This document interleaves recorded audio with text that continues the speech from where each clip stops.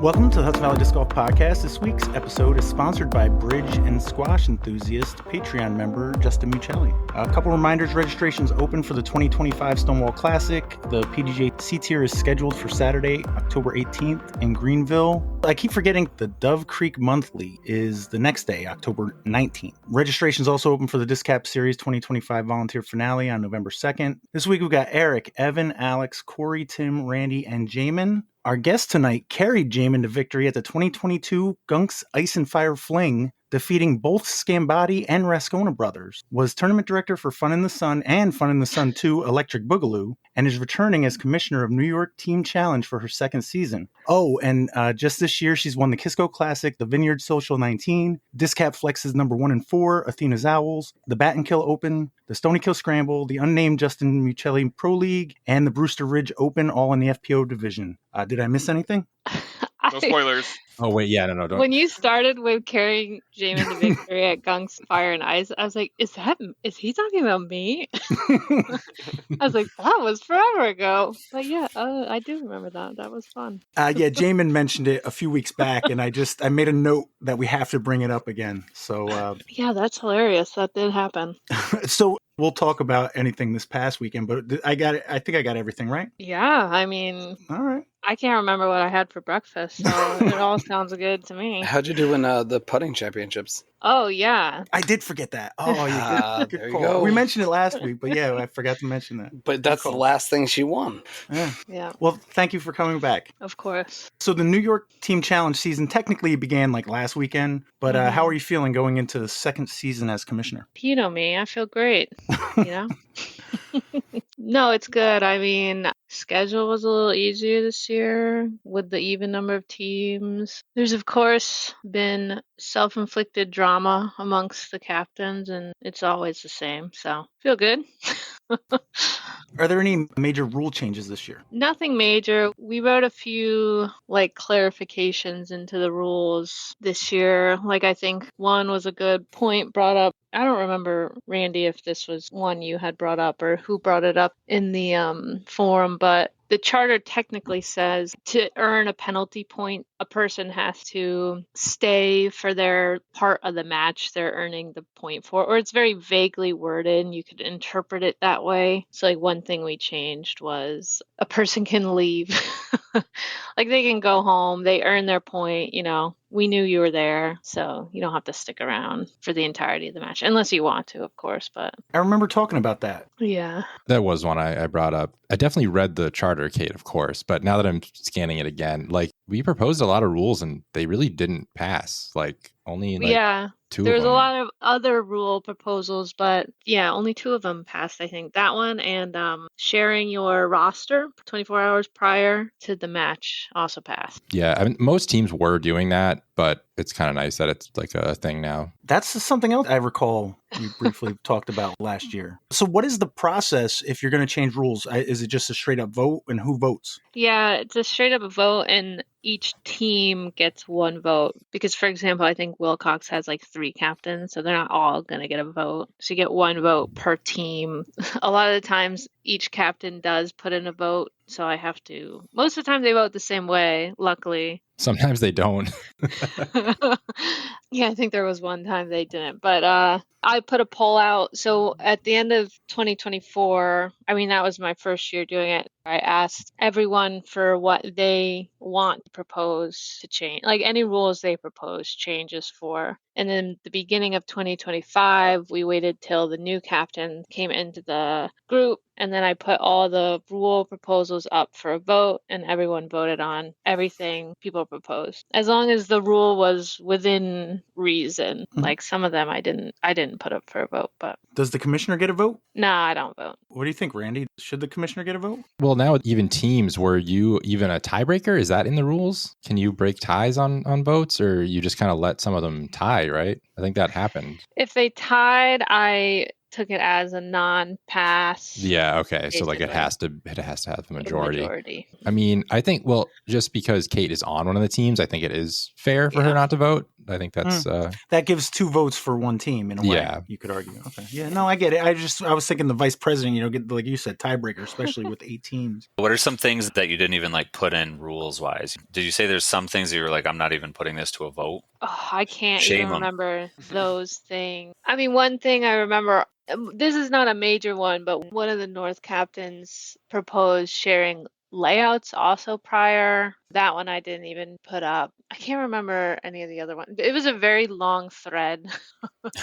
Things that were put up that didn't pass were adding additional roster spots. Male roster spots. I don't know the details of how it would have worked out, but basically like having additional players be available for the match, kind of like New England where you could bring a minimum, but you can also bring more kind of deal. We were trying to kind of work something out there with the loss of CPS trying to like absorb those players onto other teams, like make the rosters a little bit bigger, but that didn't end up passing. So yeah, those were both 50-50s that never had their tie broken. So as a captain, I know it's hard to get the exact perfect number every week or every month. So expanding that did not sound that enticing for me. And apparently half the captains agreed. Yeah. So yeah. Wasn't there something about not playing the right card? Oh, that one passed too. Yes, yeah. That one did pass. That was another one that passed. So there's now home team responsible for playing the correct opponent. And if Dumb the rule. wrong opponent Dumb rule. the wrong opponent is played, the home team receives penalty points. I like that. Why is it dumb, Corey? Yeah, thank you. Okay, well, first I thought it was dumb because like everyone should know who they're playing, and it You would think. shouldn't be And yet. specifically the home team's penalty because someone else didn't read the board either. But I feel like it actually takes 2 to tango. So if you're playing the wrong person, that means the other person also fucked up who would be on the home team. The home team is the one that has like the infrastructure for the match. Mm-hmm. Yeah, but it's publicly available. That's like saying you didn't hear the tornado siren and then your house blew away. That's what I'm saying is that if it's publicly available, then it won't happen. But when is it not? Are we saying like this is supposed to address scenarios where the team didn't bring a board and it's not sitting underneath the pavilion? I don't know. I don't know what the scenario is where it's not. It's happened enough that they made a rule for it. Yeah, try to prevent it. Okay, can we? What teams did this happen with? It happened at Burbine. The Beasts. It happened at Burbine, the team that prioritizes drinking over playing. I'm not surprised they played the wrong team. They probably couldn't even see who they were playing. How dare he? Bold. You can't punish both because that's like offsetting penalties. Yeah. Mhm. I would say you should penalize neither, and the score should be null and void, and instead you penalize them by shame. As the home team, the whole point of this is you're an ambassador for the team. In a way, you're showing them, especially if they've never played that course. You might be like, hey, this one, it hooks to the left there. If you take a look over here, you can see the basket. So it should be on you. You should be a little more aware than the visiting team. They're on unfamiliar territory. That's all. Schooled, Corey. No, I get it, but I'm not saying that New York Team Challenge needs a New England Team Challenge, but a lot of the rules came from New England Team Challenge. I'm curious, Jaimen, is there anything in New England that kind of addresses that with like playing the wrong? Like, what would happen in New England Team Challenge if they played the wrong people? There'd be a dumpster fire, and then we'd make a rule about it next year. I don't think it's ever happened, and New England Team Challenge is, I think, 10 times bigger than New York Team Challenge. Yeah. I actually remember it almost happened at Topo, though. Like, the possibility is there because they sent out the women's match with, like, a handwritten... I don't remember if it was our neutral or finals or when it was, but they sent us out with the wrong thing written on the card. And obviously it wasn't you who wrote it. I think I remember this. I think it was Devil's Grove. Yeah, and they were like, oh, no, you're playing me and I'm playing you. It's wrong on there. I'm like, yeah, but this is what the card says. So, like, yeah, what, right. And it, like, I messaged you. I'm like messaging everyone and like, what do we do? Like, but if we followed the card, we would be wrong, So Yeah. it's like, And that was a problem because I think it was Devil's Grove. And for both of those, there wasn't a home team. There wasn't a team whose like job it was to do that, But I'm not saying, Corey, that I necessarily agree with the rule, but I just wanted to hear what you had to say. No, I might have came off a bit strong, but I don't like have a strong feeling about it. It just seems like I don't want to see us making rules over nothing burgers or things that like I don't want to see a 12-page charter because we have to address every single scenario and every time it falls on like penalizing the home team or like penalizing one person where multiple people were involved in the situation or whatever. Yeah, I think it's just a prohibitive thing. So, now that there's something in place, it won't happen again. So, yeah, probably. This prevents Kate from getting a phone call in the middle of her round. I freaking told you. Yeah. If it was up to me, I'd have a 30-page charter. I would just keep adding scenarios because I don't ever want there to be a situation where we need to come up with a rule on the spot in order to figure it out. I just want it to always be in place. But I'm also not volunteering to write said 30-page charter. So that's just an opinion. I mean, sports don't get more simple. They get more complicated. They're kind of like life in that way. And now you know. I don't know. So there's one new team and two teams that are no longer a part of the league. What teams are no longer in the league? CPS, no longer in the league, and the North dropped out kind of last minute as well. They couldn't field enough women players on their roster, so they also dropped out. So what about this new team? What's their name? What is their home course? And is Jaimen Hume on the roster? The Goats of Greenwich? Greenwich. Thank you. Say it as wrong as you can. I'm so glad you just did that. How do we pronounce that town name? The G is silent. It's Renwich. Renwick. That sounded very serious, Jaimen. And yes, Jaimen is on their roster. Home course, CTK, Christ King. But just because I don't want to screw it up the next time, like I'm doing it to be mean. How is it actually? Is it Greenwich? Yeah, Greenwich, like the color. Yeah. Oh, I thought it was a little fancier. Someone was saying the other day. Nope. Which is why I tried.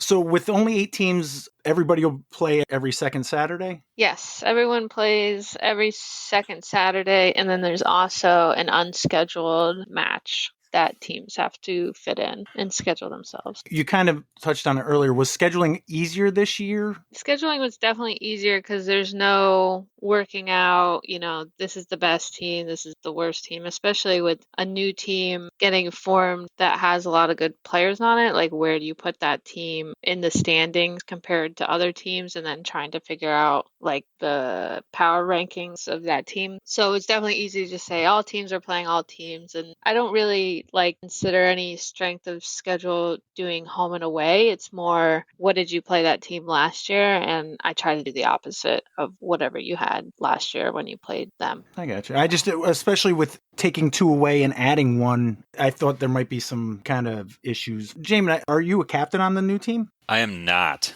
Do you know how it came into existence? Me and Bohanski have been talking about it for a while. I don't remember the exact inciting force, but it was just kind of like conversations we had throughout the New England Team Challenge season several years ago. And Bohanski kind of took it and ran with it. And there was one entire year in between it actually happening and when I think that he and I decided that, hey, we should put a team there. And then the big caveat for me was, I'm not going to be a freaking captain. I've got enough stuff to do. You guys already had your first match. How did that come about? That seemed early. That's super early. I'm not involved in any of the planning or anything, so I don't know the how, but we had a weekend in September that was free, and I think they pounced on it. Oh, all right. Well, I figured we could just talk about that match. Let's talk about it. So, Kaitlyn, were you at this match? No, I was not. It was a neutral match, the Goats and Tower Power at Stony Kill. Did you get any phone calls or text messages during this match? Nope. It was a great day. It was a fun day. When you play a neutral match, is there a home team or is there a way to determine who picks first or anything like that? I guess neutral would be the concept, right? It's kind of like a non-home match. Is that the idea? No, there is a home team. There 100% is. Yeah, somebody has to pick first. So what's the normal policy on that? Does it matter? I believe they flipped for it, and I want to say that Tower Power was the home team. Okay. This didn't add to the 30-page charter Alex is looking for. You can determine it however you want, basically. I'm pretty sure it's a flip for a neutral match. That's what it is in New England. That's why I'm saying I'm pretty sure, because I can't 100% say it's New York. Understood. So since the Tower Power is the home team, it looks like, Erich, who'd you play? Steve M? Yeah, Steve Marshall. Shout out Steve Marshall. We had just a back and forth, took 18 holes, some good putts, but a lot of missed opportunities. Should have honestly taken them in the early stretch, but just wasn't there. And he got me on the last hole. Just a good match. Played with Nick Atcats, played against Chandler, yes. And that went a different way. He didn't go 18. He went 5-3, but Nick did put up a good fight. Chandler's a strong player. I mean, that whole team is stacked for sure. It's going to be really fun to see. I mean, it's young guns. It'll be interesting to see. So that means you finished on 8. It looks like you started on hole 9, which, while I would argue it's not that difficult a hole, it's tricky in the sense that there's a lot of stuff in your way. Did you just get caught early? Nope, I just didn't make the putt. Oh, okay. That's all. Yeah, and he made the putt. So it was a good match. All right. And looks like, Jaimen, you had Benji. Is that Benji Farrell? Yep. How'd that go? It went well. I kind of had a slow morning. Big shocker. I showed up to a New York Team Challenge match a minute before I needed to start.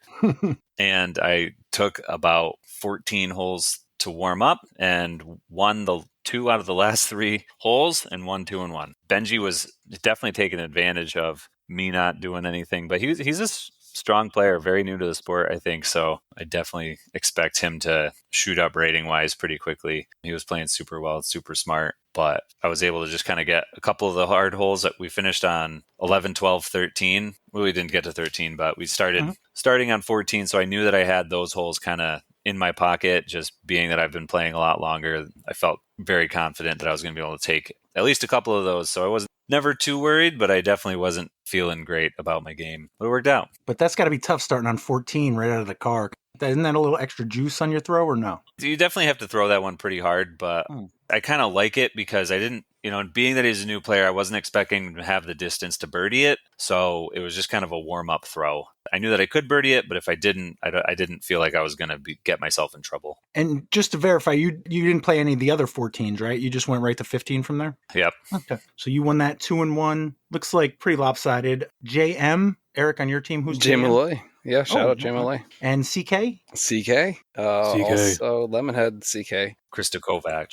Yeah, I only know her as CK. Literally spelled even phonetically. So they both pushed. So so the GOAT's 17-1, which means, who was it, Alex and Jaimen? According to your math, how many matches do the Tower have to win in dubs in order to win at this point? All of them. All of them, yeah. Okay. And that's why you don't do dubs first, I think, right? Either I don't know. Yeah, I mean, like if you went the other way around and you had one push in dubs, then you just have to win all of the singles matches. So it's the same difference. Oh, that's true. Yeah, same points. Now, with a neutral match, did you guys have any kind of spread or anything? Nope. Bring your own food. But I think some people brought some. I think Kurtz showed up and was grilling hot dogs. That makes sense, actually. Yeah. But yeah, there's that nice snack spot up the road that's really good, and that's where all the goats go to eat. Who was it? Corey mentioned that last time at the scramble, like blueberry right? yum yum or something, or dude, it's smack. Yeah. Blueberry chill. Blueberry chill. Yeah. Yeah. Erich, did you get enough electrolytes? No, dude, I did not have enough Never electrolytes enough. up Never until enough. dubs. Then I was charged up. Nice. So, Jaimen, you played with Steve M. Yep. The one guy and that only. Played with against Erich, Steve Marshall. Yep. How'd that go in dubs? Much better. I was well awake by that point. Corey stopped by and hung out for a few holes. And yeah, we just kind of played, kept everything down the middle, made a lot of good putts, and just kind of kept everything rolling, stayed in front the whole time. Didn't have too much to stress about. Nice. And you guys started on 14 again. Yep. Man, you must be friends with the captains there. I don't know. That's not a bad one. I know Randy says he prefers 15. That's probably the furthest. So 14 is not too bad right there. Yeah. Okay. And so you guys won 46-52 on a par 58, Kyle. Erich, who'd you play with in dubs and who'd you play against? So I played with Kyle Moore, and we played against Azariah, who's I think only 17, and Thomas Rascona. You're going to have to help me with that, Jaimen. Rascona. So I got Azariah right, but not that. Great card, awesome vibes. Me and Kyle, honestly, it was ham and eggs. It was perfect right out the gate. We started on 3, both birdied, and then it was pretty much just kind of either both of the teams were birdieing or whatever hole the other one was missing, the other one was birdieing. So it was just back and forth, and I was just laying it down the fairway. We probably took the majority of my drives and just had Kyle put the putts in and just kept it going. We ended up tying, so for a push, and got back to hole 3. They whacked it off the tree. I laced it. Kyle hit the putt, and that was the end of it. It was a good feeling. It was, bing bong. It was a good feeling because literally I messaged Kevin. I had no idea what was going on around the course. I had a pretty good idea, but you're thinking, at least somebody's going to win a match, you would think, right? I mean, if you did, somebody else has to. Right? That Exactly. totally makes sense. Yeah, if I'm winning a match, just shit. Thanks. Thanks. I appreciate that, Pat. No worries. So I messaged a screenshot of the tie right before for the tiebreaker to Kevin, and I didn't see the response till after, and he wrote, "Be the one." And I'm glad I didn't see that before I, actually went up to the tee. But yeah, I mean, it was a good time. It was definitely interesting spread. We'll say that for scores. Like you said, you got the only win in dubs and half of the team's points. CK did get 1 point because they did concede to a tie, which I think was maybe a mercy thing or just a nice thing to do. For anybody who was wondering what Corey was talking about last week, I know you've been waiting with anticipation. I was trying to remember what I said last week. I think you said you got half your team's points in trivia. You were just like Erich at the end there. Oh, yeah. Nobody blames you for forgetting. That was a very, very, very long night. So to the point where I was like, man, I made Jaimen stay. I feel so bad. All right. So I thought we'd go through and do some picks for next week, if that's cool. I'll do each of the teams individually, but at the end, we'll go through and I need an overall winner. Sound good? All right. I like it. Yes. No, I responded while muted. Oh, no, that's cool. In the order that I read your names earlier, and Kaitlyn as commissioner has to go last. So Nice. that's just a fairness thing. You can't have her biasing all of your picks because she has all the information. So this weekend are the first matches for 2025. We've got Tower Power at the Beast of Burbine, Chatham Hill Country Club at the Goats of Greenwich. The Wilcox Widowmakers are at JPark, and Saratoga Revolution are at Minekill. So we'll start with Tower of Power at Burbine. Erich, what are you thinking? Obviously, Tower of Power. I got to say it, but I do think we actually stack pretty well against them. We got some a little more heat on the team this year, and I think we'll do fine. And good news is they're at home, so when they screw up who plays who, you guys get the bonus points. Let's go. All right, so you got TOP. Evan, same matchup. Tower of Power at Burbine. I'm also going to go Tower of Power. I'm not going to be there with them, but I'm there in spirit, and they got some new blood, so good luck, boys, and I'm rooting for you. All right, Alex. I guess we'll go with the opposite of what we've been seeing so far, although this one is about as close as a toss-up as I think we're going to get with this month. I think we're going to go with Beast of Burbine on this one, but if Tower of Power won, I would not be surprised. All right, what do you got, Corey? I'm going to go... Actually, I'm not really sure how the Burbine team has changed since last year. I know they had a lot of good CNY players come out for that. But I'm going to go Beast of Burbine up 10. Oh, okay. We'll have to remember that. I forget how much the total points are, so I just figure I'll just go with up. They win by 10. Looks like 36. The last match, they had 36 points. So that's Who's counting? A ballpark figure. Tim, who you got? I'm going to take the Beast of Burbine since they picked up Tyler the Cannon Gannon. Wow. All right. Wow. Lefty cheater course, they say Burbine is. Yep, that's what I'm going with. Terry Hudson won one of the matches there, so I'm taking the better lefty. All right. Who you got, Randy? Last year, I did pretty okay in these picks, and I got screwed going Tower of Power a bunch of times, so I'm going Beast of Burbine. Sorry, Randy. We tried. Thank you for trying. All right. So Burbine there. Jaimen, who you got? Tim added a wrinkle that I wasn't thinking. I was in the same boat as Corey trying to think how many CNYers they were going to have, but I didn't consider the CPS to Michael Weist pipeline. So I'm going to have to go with Beast of Burbine. And Kaitlyn, who you got? Burbine for me. Burbine. All right. We'll snake back. So you get to pick our next match. We got Chatham Hill Country Club at the Goats of Greenville. Or Greenville. Greenwich. Greenwich. Is it Greenwich Goats or the Goats of Greenwich? The Goats of Greenwich. Okay. Yeah. So who you got? I will go goats. Goats. Okay. Jaimen. Goats. Okay. Randy. Gonna have to go with goats on this one, Pat. All right. You guys are much quicker at picking than I am at figuring out how to put this in here.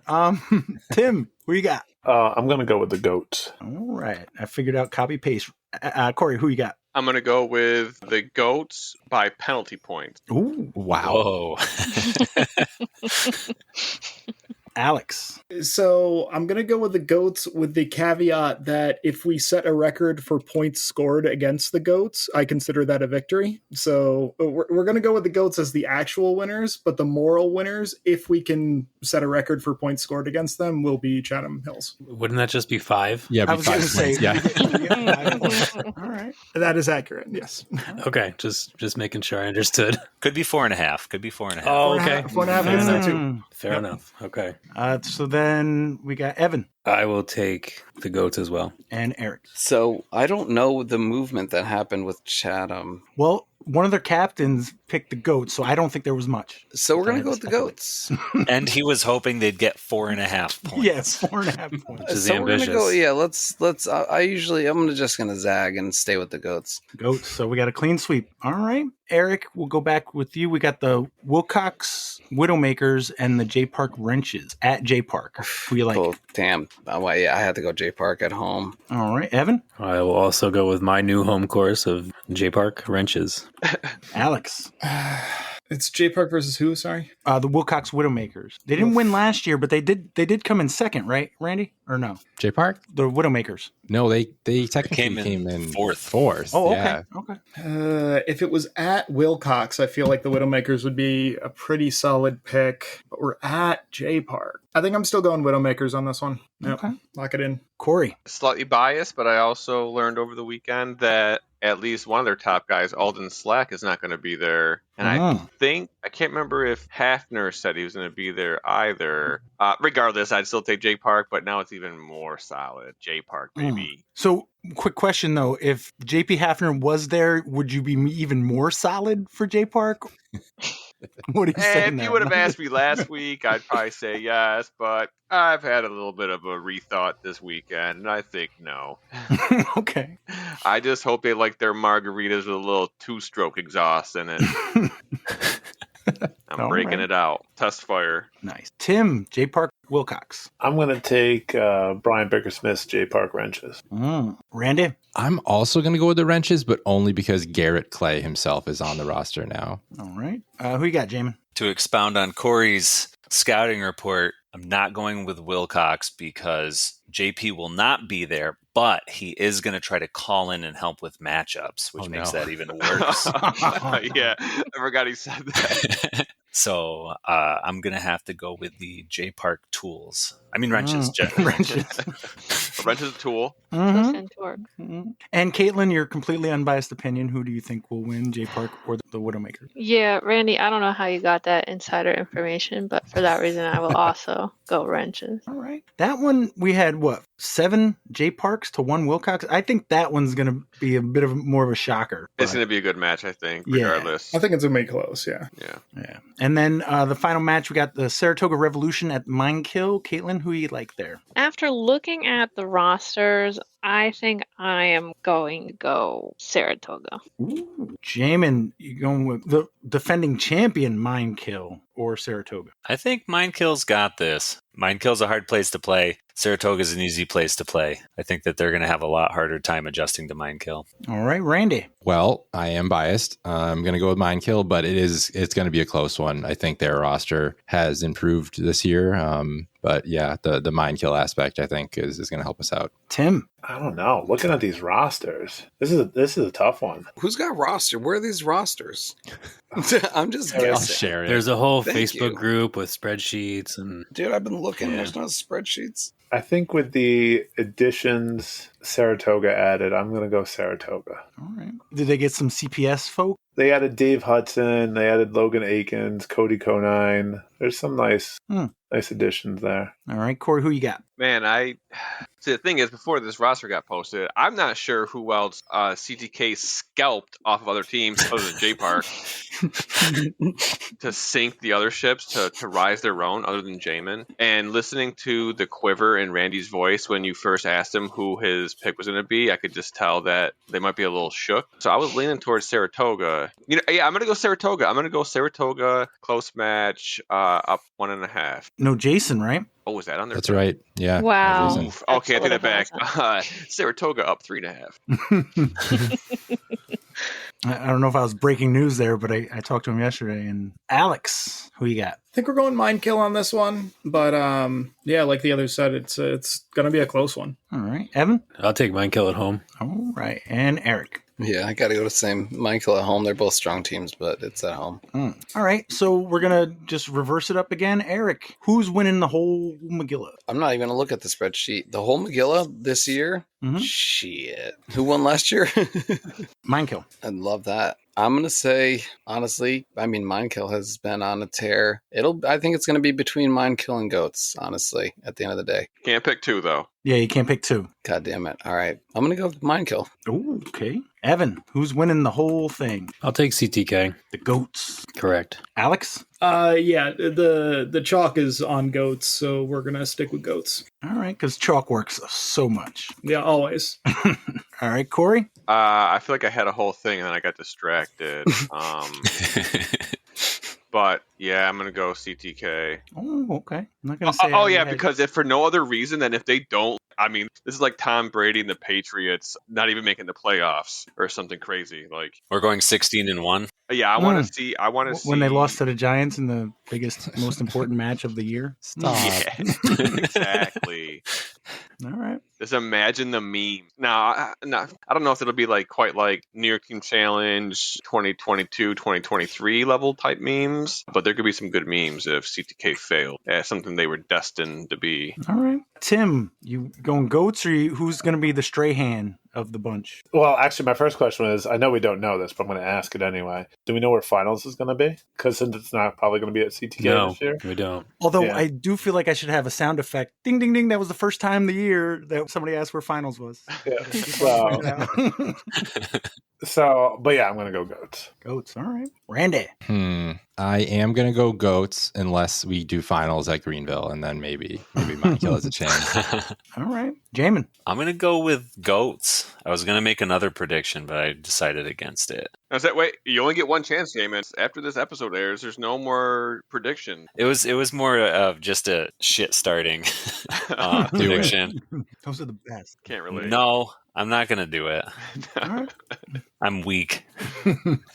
So who do you think is going to win it all, Kaitlyn? I'm going Wrenches, of course. All right. So, all right. Well, this past weekend was the 2025 Wilcox WOW presented by Sheeley Roofing. Tournament director Dan Doyle Jr. So it was a 1 round Friday, 1 round Saturday, 1 round Sunday, correct? At Wilcox? Yep. All right. I'll just go through the results and we'll get round reactions as we move up. FA3 Women's Amateur 3 was won by Jennifer Park. MA3 shooting at even par. Highland Mike Warner beat Paul Scarpato by 2 strokes and Carlos Alejandro Pena Jimenez by 3 strokes. Sherry Purdy won the FA2 division, Women's Amateur 2. There was a tie in MA2 at -4 between Stephen Hanrahan and Michael Marvin. Doesn't show the overtime results, but looks like Michael Marvin won in some kind of either shootout or they flipped a coin. Shane Delimitor came in 3rd place with a +1. MA55 Mixed Amateur 55, Greg Keys shot a +1 to win, beat John Furman by 6 strokes. Thomas Bergman won the MA40 division. Thomas Bagman, more like. Anybody know Tom? I know Tom, so that's just busting his chops. FA1, Women's Amateur 1, Kelly Turpinning beat Olivia Pine by 6 strokes to win there. And MA1, Alex, you played MA1, didn't you? I did play MA1, yeah. Before you tell us about your round, did you get enough points to qualify? I just saw Alex's screen name, by the way. You can edit that out, but Alex is qualified out. Yeah, so going into the tournament, I had 1,997.5 points. So I needed 2.5 points to get over the 2,000 point threshold. That would qualify me for Worlds next year. Playing in any event, I'm pretty sure even a league would get me 2.5 points. So all I needed to do was make sure I completed the Wilcox WOW, and I would definitely qualify. So yes, I am officially qualified. Well, I have officially crossed the threshold to be qualified for Worlds next year, which I suppose I will need to wait for them to actually email me to, say it. But I've met all of their criteria required. Well, now my question is, will getting more points help, or is it rating at this point as far as actually getting in and when you're able to sign up and such? I'm not sure. And that might be something worth looking at just in case. I don't think I'm going to play any more events or less events, depending on what that result is. But I do have a couple more events. So if having more points means I'm invited earlier or something like that, then that'd be a good thing. Does anybody know? Just speaking of my own AM Worlds, the only thing that's going to get you in faster now is a better internet connection. And if you do want to have a really good connection that day, trust me. Yeah, so tier 3 is points. Tier 2 is being 960 or higher. Tier 1 is being 970 or higher, assuming you're from the United States of America. Oh, that's even new to when I went. After you tell us about this round, maybe your rating is going to go up to 960. So how'd that go? Well, after round 1, I would have felt pretty good about my rating going up. The way things were set up is we played the North course on Friday and Sunday, and we played the South course on Saturday. For those of you who don't know, at Wilcox, the North course refers to playing the front 9 and the beach holes, and the South course is the back 9 and the hatchet. Of the two, I think the North course is pretty significantly easier to score on. So going into that first one, I had actually never played the beach holes before, so arguably should have been something I practiced beforehand, but they were all pretty straightforward, nothing too crazy, and I was on a card that, we were vibing pretty well. Everybody was feeling pretty good for the most part, got us to where we needed to go, had some people who were willing to point out some things and keep me on track, which was very nice of them. Overall, I just kind of didn't really bogey too many times.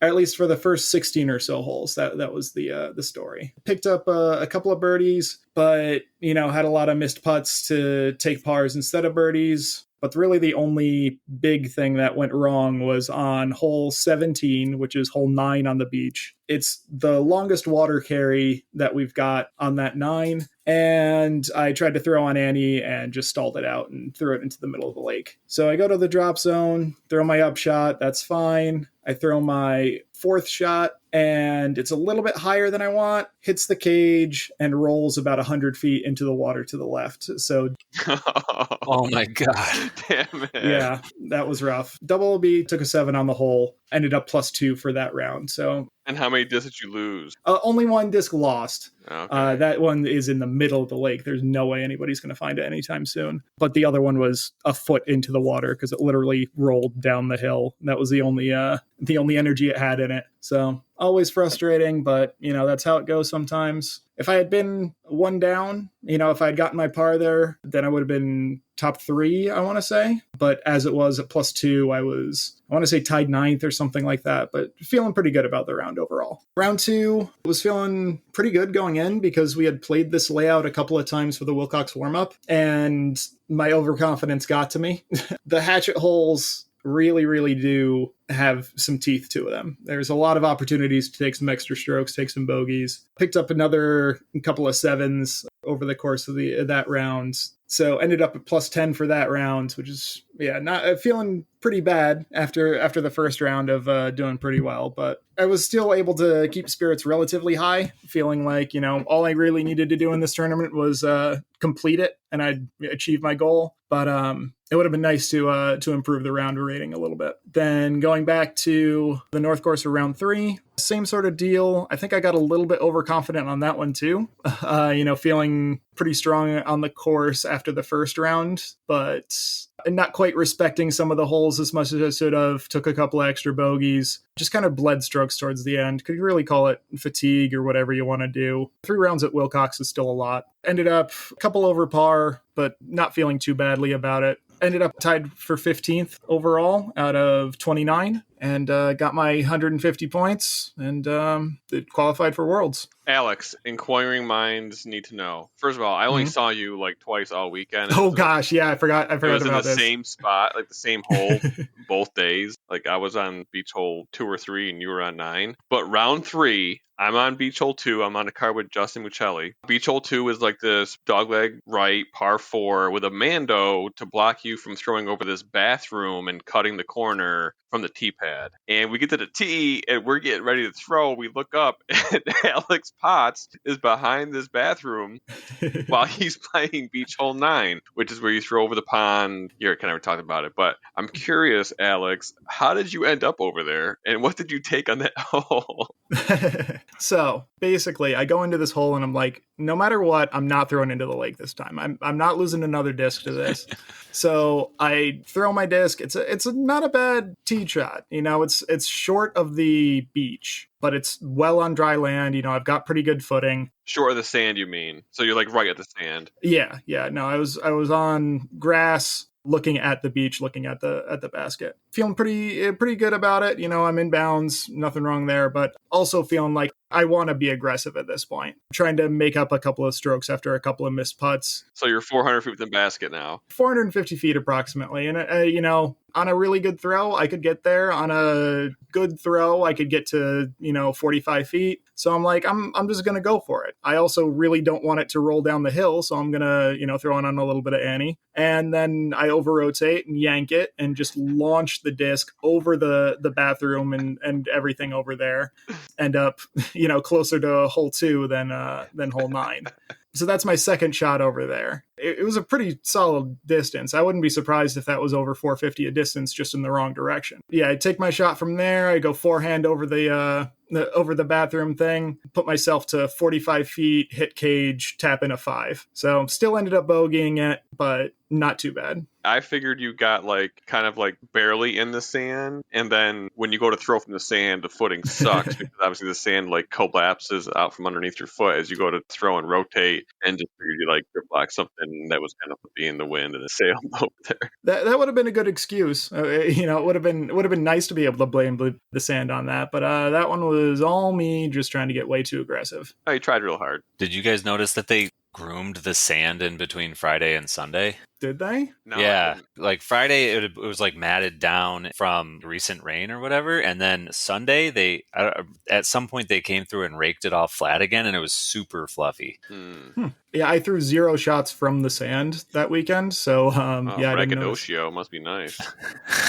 Well, I also took a combined 4 over par on that hole, so I think I would have preferred taking a couple of shots from the sand to that. All right, so it looks like you shot pretty well over your rating on round 1, a little under in 2, and then right around your rating in 3. So not, a net positive, I would imagine, no? Yeah. I'm also coming off of 2 850 rated rounds the previous weekend. So, I'm feeling real good about those numbers, even if those are a little bit below what I'd like them to be, over the course of the year. All right. Mental note for range of round ratings for potential trivia in the future. All right. Yeah, no 1,000 rated rounds yet, but I got some pretty low ones in there to make the range pretty big. All right. Looks like Zach McDonald tied for 9th with CJ Lasapio. Justin Park and Chandler Harvey tied for 3rd at +8. Bobby Hallam came in 2nd place with a +4. And some guy, Patrick Stanley, with a 313566 PDGA number and no rating, shot even par to win it. Yep. Pat Shanley is a local. If you're paying attention to the Wilcox, their team challenge roster, you've seen that name a couple of times. A very good local player. Doesn't play a lot of tournaments. No, probably literally signed up for PDJ for this. It's just shocking to see 313 as a PDJ number. It's crazy. Yeah. No knock against him, but that's crazy. You guys all got smoked by a guy with a 313. And shout out to Andy Lewis, the only guy in MA1 with a 5-digit PDGA number, representing the old guys. FP 55, Women's Pro 55. Speaking of PDGA number, 7279, Amy Moser. She won that. Dana Litt won the FP 40, Women's Pro 40 division. Mike Moser won MP 40, shot a -2. Chad Larson came in 2nd. Kaitlyn, you played FPO. How'd that go? It went pretty average. Nothing special for me. I went into the weekend with a cold, so my goal was to not die in the heat.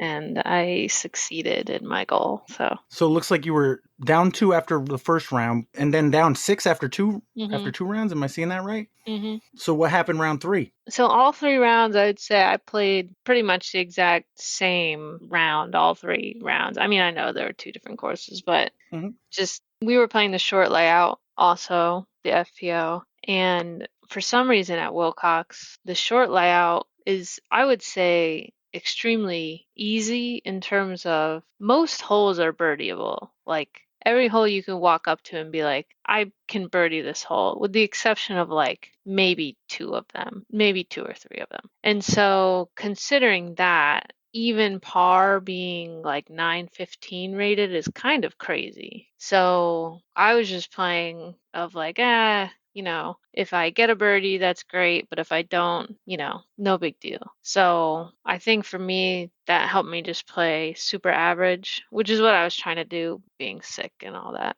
And so going into the 3rd round, I was like, I could shoot -6 on this layout. So I was going in with that mindset. And obviously I didn't do that. And it kind of turned into the opposite, where Megan didn't have the best round, which in turn gave me the strokes back. So I kind of still just played average, and it all evened out for me in the end. So Heck yeah. I mean, nothing wrong with just being steady. Mm-hmm. Did it come down to like 1 hole or something, or was it just a pretty much? Yeah, it was definitely in the back 9. I mean, in the front 9, she still had me by quite a few. And then at one point, I had even double bogeyed South Hatchet 2 after going out of bounds on my 2nd shot. And at that point, I was like, yeah, it's over. Like, yeah, that's probably it. But I think 2 holes later, she had one bad hole where it's that like hole on the sloped edge, and then there's the rock wall going out of bounds, which kind of like turned the 4. tides around, which was going kind of into the back 9. So Nice. And it looks, I mean, looking at the round ratings, 903, 897, 900. So even I could do that math. You played a 900 tournament.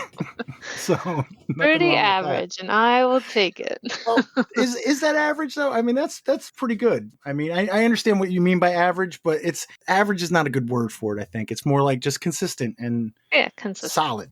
I still feel great when I shoot a 900 rated round. So when I shoot 900 above, I still think that's pretty awesome. So I will take that any day. If and when I do that, I'll let you know if it feels awesome. So I didn't want to be a spoiler and add that to the intro, but that's just another one on there. So that's pretty impressive. Yep. I would shout out Megan. I don't know how long she's been playing FPO, if it's just been this year, but she's been doing really well in bigger events. And we all love rooting for Kaitlyn, obviously, but it's really cool to see someone else has been a little bit more low key on the scene, like really kind of popping off and punching above her weight class. Like so many events. Like I think she won the Jammer. Pretty sure she cashed at Brewster Ridge Open. So it's cool to like have a chance to root for even more FPO players, especially from this area, like, local area, friendly dubs players and whatnot. Absolutely. Made a nice 250. Kaitlyn, do you know the woman who came in 3rd place, Kate? Yeah, I had played with her prior at a Maple Hill event. Do you know the question Pat's about to ask? Do you know how to pronounce her last name? Oh, no. Damn it. Do that? Justin was saying it on round 3. We were on beach hole 4 when he was talking about it. What did he say? I said that's that sounded really British. So I don't know what letters are silent, but it's definitely not do that. Is it like that at the end? Dothat or something? No, I just can't remember making the freaking who's that one actress, British actress? She's like Sophie Turner, Emily Blunt or whatever her name is. Yeah. She was like on like a talk show, and she's like has her American daughter or like whatever half American daughter, and she's like she says water, and she's like no, it's water, and then she says like water. All right. What were we talking about? We were actually talking about MPO and how did you do in the tournament, Corey? Yeah, it's pretty good. I wasn't expecting it to be. It's funny. Kaitlyn mentioned like surviving the heat. I think the hottest day was Sunday, and it was like 82. But 82 in like I'll say mid October now. Like I was sweating. Yeah, 82 in October is different than 82 in July. Yeah, it was a little it feels rough. different. But going through an MPO, I don't think there's really a bad card you could have had. But I had 3 great cards. Played with Jaimen round 1. I played with Zach Doyle round 1 and 2. And I played with a guy, James Kalinsky, round 1 and 3. He's like a New Jersey guy, I think. And I played with Mucelli round 3. And Alden Slack round 3 too. So I had great card mates the whole time. Round 1, my putting saved me a ton of strokes. I think I hit 4 or 5 C2 putts, a couple bonehead OB, but only 1 bogey. I literally bogeyed my third to last hole in the dumbest way to avoid the bogey-free round, which I was really rooting for. So unfortunately, in classic Corey fashion, each round I played worse and worse, falling down the leaderboard. That first round, I was tied for last cash, throwing almost 1,000 rated. 996. 996. I actually really like the South Hatchet holes. Obviously, I really like playing them on the shorts because they're more scoreable, but just something about that area. And like I've said many times before, I'm a huge Babbling Brook guy. So playing those, a third of the holes kind of winding around the stream is sick. And I guess before I go any further, the park was immaculate. You could tell they put so much work into it. I know one of the things I kind of thought after playing the warm-up tournament was it would be really cool if the streams, especially in the South Hatchet, were more defined OB, and all the OB everywhere was staked and lined. I feel like I mentioned it to Jaimen, but it was an A tier, but it didn't really feel like an A tier because it was just it didn't have a single issue, especially in an area that is super easy to have issues because there is legit no cell service. I think Minekill has better cell service than Wilcox does. Why would that not sound like an A tier? Sounds like that would be an A tier. No problems. Yeah, exactly. I don't know. It's just everything was going so smooth. Park was in great condition. Maybe because it was kind of lower numbers for an A tier, so it didn't feel as busy. But that was good because sometimes the park being too busy or too much distractions can kind of hamper performance. But anyways, round 3 I played pretty well until second to last hole. I'm on beach hole 9 and I throw this shot that puts me. There's 3 things to avoid on the entire hole, and it's lifeguard station 1, lifeguard station 2, and lifeguard station 3 on the beach. And I threw it right behind one of the lifeguard stations and thought I could throw this 350-foot big Anheuser turnover to the green over OB the entire way with a little bit of a wind from the sand, and I probably threw the worst shot I threw all weekend. It kind of went up in the air and then sailed off into the water after I spent probably about 30 seconds which one of these discs do I care the least about, given that they're all starters. And double bogeyed my third to last hole to kind of have an average round 3. But overall, it's a good tournament for me. We carpooled with me, Kyle, and David Koch all 3 days, and Jaimen joined us for the second 2 days. So spending a few hours in the car, kind of strategizing and whatnot. Was fun. But yeah, good weekend, good event. They did a great job. And you were under par, 2 under par. 2 under par, and I think 6 strokes off the cash line or something like that. Yeah, but still. Did you have a streak going, or had you already broken it? I can't tell. No, I made round 3. I tried making a pact with one of my card mates because he was at the cash line. And I just thought that maybe we could team up and pull me in, because this year has been the least, not that I cash a lot or often, but so far this is the year that I've cashed the least. So I was trying to get these numbers up for the season end. Just saying, mine's at 1. I cashed at League last week in Port Jervis, so my streak's at 1. Sounds like you're going to need a part-time job, Corey. Yeah, I'm going to get a job at Stewart's, sell cigarettes and breakfast sandwiches. It's $18 an hour. It's guaranteed. Stock options. You were 996, 976, and 957. So 2 rounds pretty well over your rating, and then 1 just slightly below. Nothing wrong with that. I did have 2 things I had to mention that I forgot that I wrote down. Halfway through round 3, I saw this guy kind of walking at a distance, kind of watching our card. Didn't pay attention to who it was specifically until we got to the next hole, and then he was by the tee pad, and it was none other than Brian Heller. So hung out with him for 1 or 2 holes. Basically played the whole beach layout, and on the way back I think I saw him again, or I saw him at TD, and he's like, "How did the rest of your round go?" I'm well, to be honest, Brian, it got a lot shittier after you left. You could have hung out for a little while longer. And round 3, I witnessed the boy who cried eagle, who started off a bit rough on the first few holes, but he threw 2 absolutely perfect shots on main layout hole 4, the north side hole 4, whatever you want to call it, the long position, and I think he hit like a 40-foot putt for eagle. So you're gonna have to write a lot more notes to be as prepared as he was for last week. That's all I'm saying. that's all I got. He's by far the most prepared guest we've ever had, I think. How was your weekend, Jaimen? My weekend was good. I was, kind of hesitant whether or not I was going to play. I haven't been doing as much disc golf as I really want to, especially on the putting green and that kind of stuff. But I decided to go. I took the day off of work, and I'm super glad I did. The tournament was super well run. Like Corey said, just like that place just keeps getting better and better and better. It's a lot of stuff at this point that I think a lot of people aren't going to notice. So I think they're probably not even getting half the praise that they should be. Places like the rough on hole 3, just all of the rough clearing that they've been doing. The stakes were amazing and exactly what I was hoping to see out there. So that was really nice. The OB was very well marked. Play-wise, everything was working for the most part. Day 1, I had just a lot of really good drives and was able to capitalize on them when I would have them, which led to birdies. I had a few bogeys every round, but that's unavoidable. A lot of those holes are really challenging. Yeah, everything was working out day 1. Day 2, I had a little bit more trouble in the woods. I think the original Wilcox holes, I was like 5 or 6 under par, and then maybe even 7 under par. And then in the South Hatchet holes, I was like 3 or 4 over. So didn't finish quite as strong as I wanted to that round, but fought through a bunch of stuff. Still having really good shots, but just not capitalizing on them when I needed to all the time. And then day 3, my putting just kind of left for the weekend, and I was able to cobble together a good enough round, mostly through the last 4 holes to stay in the cash. But like Corey was saying, I'm also have this thing lately where I have a phenomenal first round and then taper off over the next 2. I'm hoping that in the next few weeks I can figure out how to have a phenomenal first round and then a good second round. So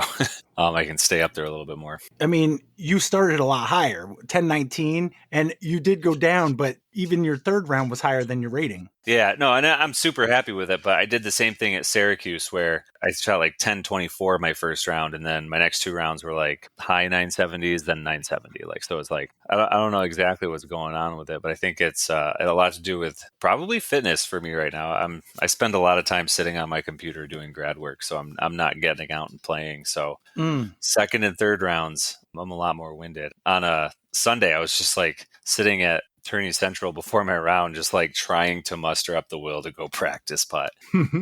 When you do that and then you miss all your putts, it's like, yeah, no shit, Sherlock.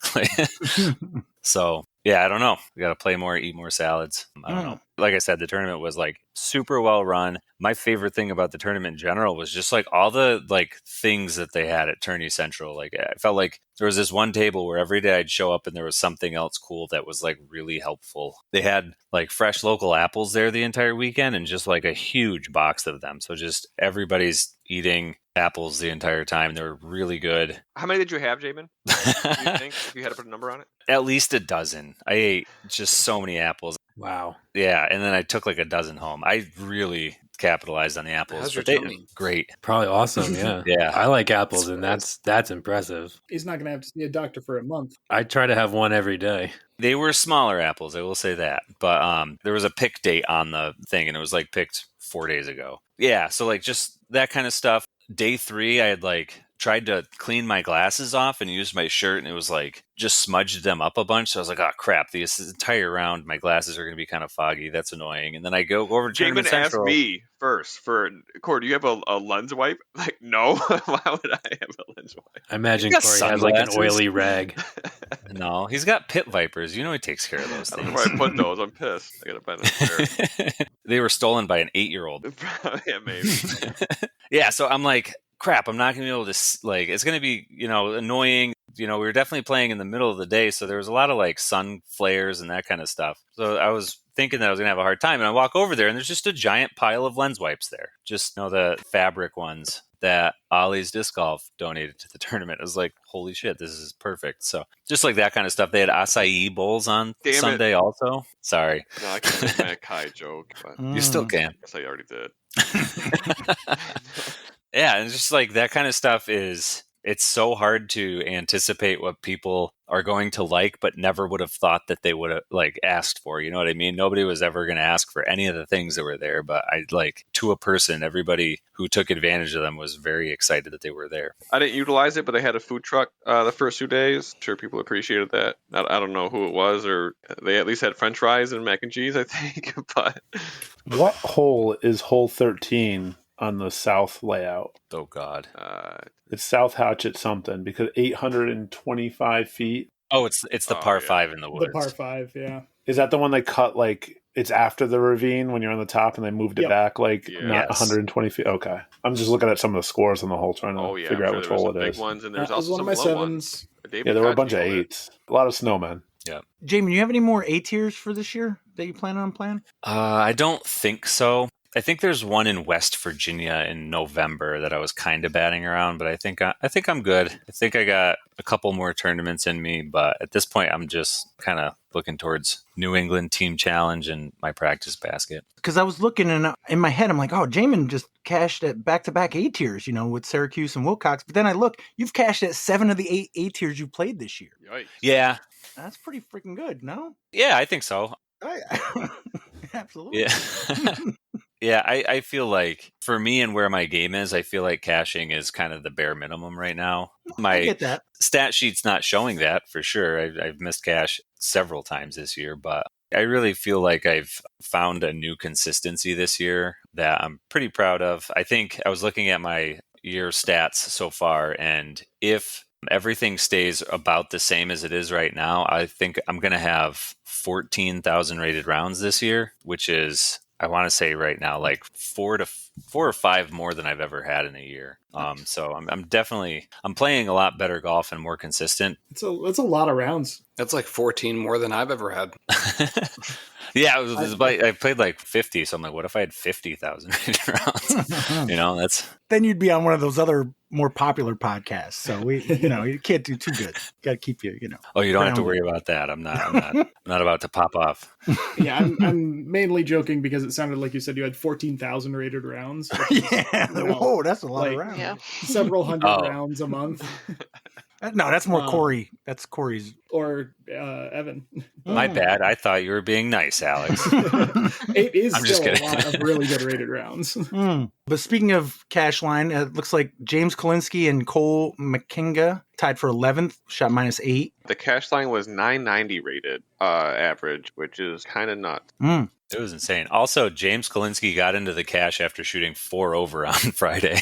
Yeah. Wow, yes, 69, yeah. Nice. Thank you. Justin Mucelli came in 10th place, -9. Mark Peters in 9th at -10. Jaimen was in 8th at -12. Jared Hill tied in 5th place with Kyle Hirsch and Zach Doyle at -15. Matthew Geffert in 4th at -16. RJ Chirkis in 3rd at -17. Andrew Miranda in 2nd place, -25. And Jaden Rye shot -30. He's from Murphy, Texas. And actually, 2nd place, Andrew Miranda, is from California. Did you guys know those guys at all? No. Or meet them? They're touring players. They're out on the East Coast right now. Second round, I played with Andrew's cousin and caddy, Cole. He's been caddying for him on this East Coast swing, but super nice people. I think their grandma and grandpa was on my card. They're really nice. I was saying I was hungry on one of the holes, and like Cole's mom or grandma tried to give me beef jerky.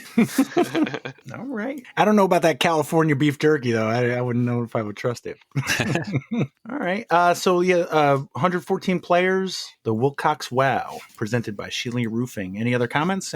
I was going to ask about like if you guys stayed anywhere, but it sounds like it was like you go there, come back, go there, come back. It wasn't like camping or anything like that. You can definitely camp there, just none of us did. That's what I meant. You guys didn't. So I figured there weren't any crazy stories like the typical, we went out to mini golf or something like that. No, we just Not hit so Old much. Town Fresh a lot, and then we got pizza Sunday for dinner on the way home. So the only other thing, I was going to go through the newsletter and like the stuff from last week, the JPark skills and all that. Kaitlyn, is there anything you wanted to talk about? Anything in particular? Not for me, and I think I might drop off at. Well, that's why I was I know you usually try to get off it's my bedtime.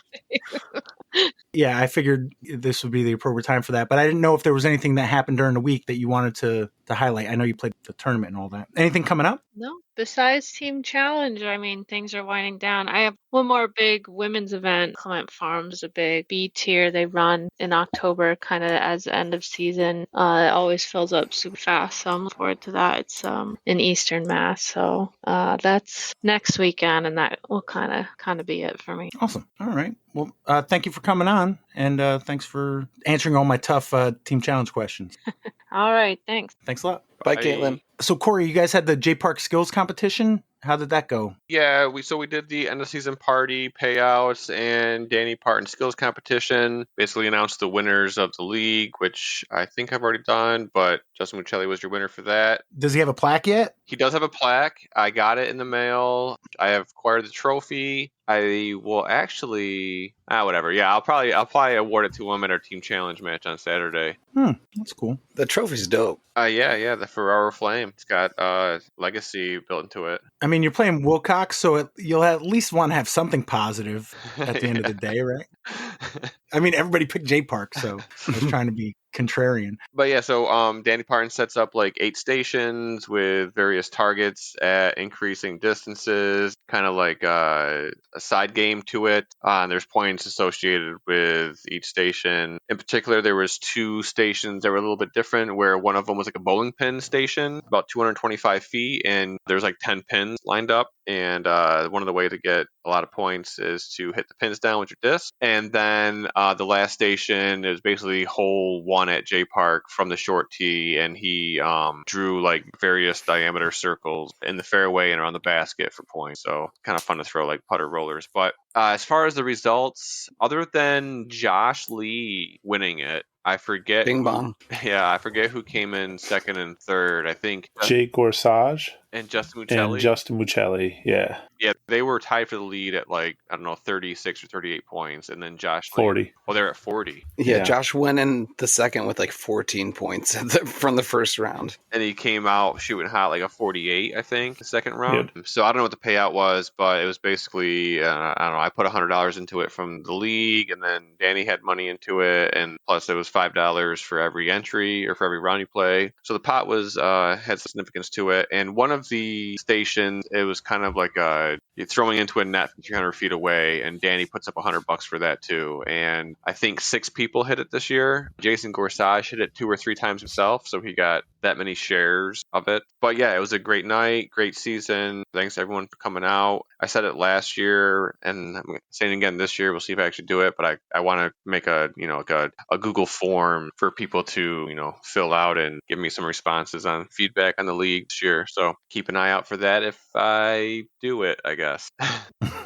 All right. I'm going to ask this probably every year. How many more winners can fit on the trophy? Good question. I had that thought briefly on Tuesday. They're 3 high, so probably, and actually, I don't know, is this going to be a new column? I would guess between 5 and 9. And then from there, I'll have to start figuring something else out. But just combine all of Justin's together and write 23, 24, 25.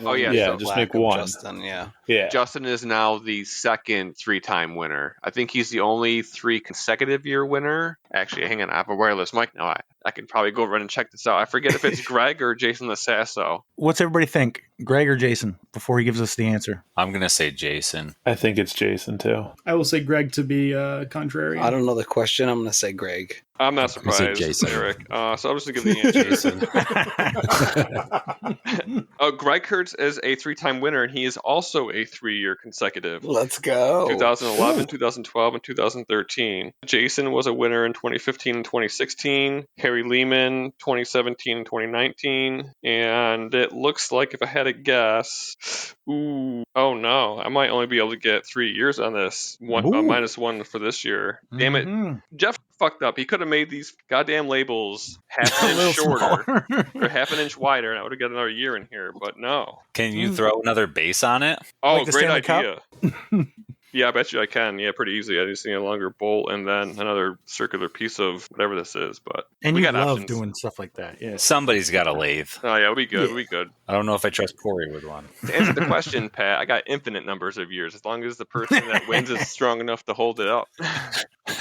All right. So Saratoga Spa random dubs, postseason dubs. Levi V and Bobby Hallam shot a -14. Wilcox Tuesday dubs. Jackson Quinn tied with Patty and Bill Buckner at -10. Shen Creek dubs, more Shen dubs. It's spelled MOAR. I don't know if that's means something, but Levi V and Cody Canine are your winners there, -12. Disc Beat Club, Jim Robertson, Mark Stryker, and Susan Gallagher all tied at -2 with a handicap. Skylines Friday Handicap League, Gloasis, Rick P is your winner. Lenny Rabune, I learned that this weekend, and Mike Smith shot a -16 at SPW Dubs League. Cranmore Dubs League, Glow at Crandall, Jonathan Klingler and Logan Akins shot a -13 to win. Port Jervis Fall League, Week 7, they played at Papacating Creek, which is, I think, like an extra half hour, so I didn't go. It was on Saturday. Quinn Powell won there, -6. If I was there, Quinn Powell still would have won at -6. Wedge Fall 2025 PDJ League Week 5, they played the Yellows, and Adam Gutman won at -4. Long Island Sunday doubles, Josh Winkler and Nikos Hell Yeah Hanley shot -12 to win. And also on Sunday at JPark, Evan had his 100th tag match. How'd that go, Evan? Honestly, it went spectacularly. It was awesome. I got there and Pete Fitzsisti was already there. And I said, this is great because there's at least one person and I'll get my match. And if nobody else shows up, that's fine. Yeah. But I thought a couple more people than that might show up. And they did. We had 16 people altogether, which was cool. I set up by the picnic table by hole 8 and had some light refreshments and was taking tags. I brought some CTPs of some stuff that I wanted to give away. Mike Zanchelli brought the ace pot from the Sunday Tag League. So anybody that wanted to get in there was available. I'd love to shout out the people that came, if you don't mind me just running through it real quick. It's your thing. Great. So in order of people that signed up with their tags, shout out Dennis Daly, Pete Fitzsisti, Brian Monahan, Ross Coons, B. Klein, Josh Lee, Pat Keenan, Kevin Newen, Tim Goyette, Eric Struna, Mike Zanchelli, Lenny Rabune, Nick Cardone, Bisma Tappa, and then we also had a Patrick Jeffries, who guy walked up right before we were about to start, didn't look familiar to me, asked if we were doing tags. I said, yep. He said he had never been to JPark before. He saw the event on UDisc, just moved to the area from Kentucky, but originally from Oneonta maybe. So played his first ever JPark round on the J27 layout. Eric, I think I put him on your card. Yeah, shout out Pat. He's actually super chill and was really actually pretty decent player, super good putter. So I'm excited to see him play out and playing. Patrick, not Pat. Yeah, Patrick. 16 people, 12 of them had tags. And I was trying to figure out how to do cards until somebody helpfully suggested I could just make up the cards that I wanted. So I did that, which meant, Pat, you got to play with the 3-headed captaincy of Lemonheads. I hope you had a good time with Brian and Tim and myself. I didn't know that those were captains. I might have been a little more nervous. So I'm captain, Brian is co-captain, and Tim is our ass cap. Ooh. Gotta He called carry you it an on. ass hat, it sounds like. Yep, pretty much. I offered him the position of assistant captain, and he accepted on the condition that I refer to him as ass cap, so I do. Yep. All right. Yeah, so made up cards and sent everybody out. We started on, I think, 1, 8, 30, and 33. We started on 8. The weather was gorgeous. I mean, for a Sunday in October. I guess other than Tim complaining about how hot he was. It was hot, but it was a beautiful day. It was. It was a beautiful day. It was sneaky hot. It was like normally this time of year you think, oh, it's going to be cold. I got to layer up. It just started kind of warm. It was like 60 to begin and it just went up to 80. So that's kind of sucks in a way. But beautiful day. Beautiful day. Absolutely. Yeah, I know for myself, I had a great time. Not the best round I've ever shot on J27, but that's okay. I came on strong at the end. I knew that I was near the bottom, and so was Tim, because he kept talking about it and how he was going to get the worst tag. And so I think I dug deep. Since we started on 8, we finished on 1, 2, and 7. And I went par, birdie, birdie with really nice drive on 2 and putt, and then again on 7. Although Pat outdid me on hole 7, which was one of the CTPs. As the last card to play it, Pat got the CTP on hole 7. Nice shot. Standstill, Brinster Destroyer. Thank you, Alex. Mm-hmm. Is it more impressive that I scored well with 0 birdies than it would be if I did get birdies and bogeys? I think that's impressive. Yeah, that's super consistent. I mean, par will take you far, But as also, they say. like, when you have 10 birdie looks and you don't make it. Well, I didn't see any of them because you were on a different card, so that's okay. True. We I'm can glad just say you that weren't. say that you were super steady. I'm just pissed. I'm one stroke away from beating your nemesis. B. Klein was really on where I was pissed at. Shout out B. Klein for making a lemon cake, by the way. Oh yeah, huge shout out. B. Klein did make a cake. It was delicious. That was awesome. So thank you, Brandon. That was really thoughtful, and it was delicious. Shout out Kevin Newen, who had the hot round at 87, which got him the number 24 tag. Like I said, the other CTPs, I think Dennis got 9 and I got 11. So I got back the Philo hat that I've been trying to give away for a year. Erich, to your point, we both beat Dennis and he had 5 birdies. Yeah, so it works out like that. The J27, and Corey can probably attest to it, it's a bit of a marathon. It's a marathon, not a sprint. It really is. I was tuckered out at the end, though. I'm not gonna lie. It's not quite a J36, but yeah, on a warm day in October, yeah, it gets to you. Tim, how was your round? I don't think we need to talk about it. No, you could talk about the vibes or I had a blast. It's always fun to be out there. How hot you were. Guys. You don't have to mention the whale tail at all, Tim. I don't want to. Yeah. Oh man. No, it was a fun day getting out there playing. J27 is always a fun time, but yeah, my play was very subpar. Yeah, I think 27, I was happy with that decision because I think it made it worthwhile. I mean, monumentous for me just to get 100 tag matches is cool. Oh, by the way, I shot those birdies on 2 and 7, which put me at exactly 100 strokes for the round on my 100th match. And I took home, anybody want to guess what tag? 100? 99, that's right.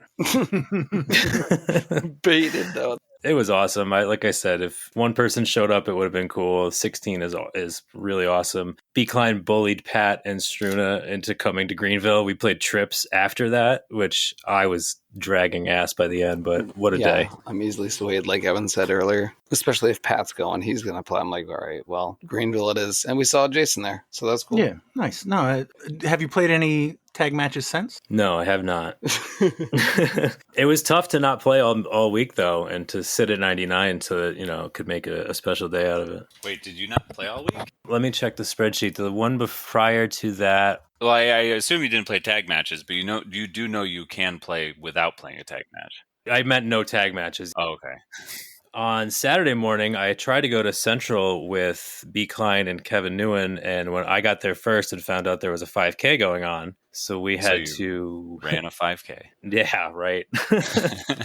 You've got me confused with my wife. No, we went to SPW and played a really fun casual round from the blues. Lots of extra practice shots and just not a tag match. So I definitely did play, but to not play a tag match all week was. I was kind of fiending there by the end of the week. Gotcha. You're addicted. What can I say? It's a great sport and I love it. Well, every match is a tag match. Every match is a tag match, of course. Well, that's the thing is that I hate putting tag matches in. Oh, just play me because I'll do it. I'll put them in. That's easy. No problem. That's the easiest way. Anytime. Again, shout out. I've said this before, but I wouldn't have gotten to 100 without the people who play with me all the time, like Erich Struna, Tim Goya, Brian Monahan, Brandon Klein, Josh Lee, et cetera, et cetera. I love you all. And thanks, Josh Lee, for carrying us at Greenville. Literally, the only reason we went 13 down is because Josh Lee was just smashing drives. Well, also literally physically pushing your cart with both bags on it because you were not capable. I was capable half the time. We were going 50-50. You didn't have the electrolytes. I did need electrolytes. So, Pat, did you play 45 holes that day? Yep. Wow. Yeah. When's the last time you played that many holes, Pat? Oh, it's been years, but I was smart. Used to be when I would play 2 rounds, I wouldn't care. I'd stand in the sun. Now I'm like, you know what? Let me get into the shade. I'll sit if I have to. I don't give a fuck. Yeah. You know what I mean? Like, I think Jack talked about it years ago with that Bobby Copperthwaite where he's like, oh, he's on hole 1 and he's sitting while dude's putting. It's like, why not? Yeah. Just be a little smarter about it. But some of those Greenville holes are just too damn long. Well, and some of the walks between holes, too. Yeah. I love it. It's one of my favorite courses. I absolutely love it. And some of those walks are really long. Yeah, and I'm throwing old man style, and I'm like, these guys ain't throwing that much farther. I could probably, this ain't too bad. Straight out of 98. It was also nice to see the layout before the tournament because some of those holes that's what got were me. New to me. And we almost got lost when we tried to go to, what was it, Old 15, I think? Yeah,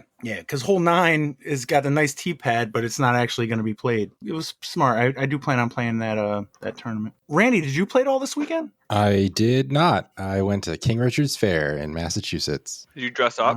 It was great. Is that like a Ren Fair? It's a Ren Fair, exactly. Oh, you've talked about this, right? You go every year. Kid. Awesome. Yeah. How was it? It was great. It was at a new venue. going to be honest, there was not enough shade at this new venue and kind of melted. Everyone did, but it was still fun. Do you go for like the giant turkey leg, or what's your kind of, how do you roll through the Ren Fair? Yep. Turkey leg, large beers, and, stage acting with swords and stuff. This is kind Are of you dressing up? Do you get like a mug, or do they still serve like plastic solo cups? No, it's usually plastic. This God year they damn actually it. had a lot of canned stuff. It was kind of lame, but That's not whatever. period correct. At a Ren you Fair? need steins at least. I'm picturing like a wooden At least like a plastic, like That's a plastic like even husk. further back.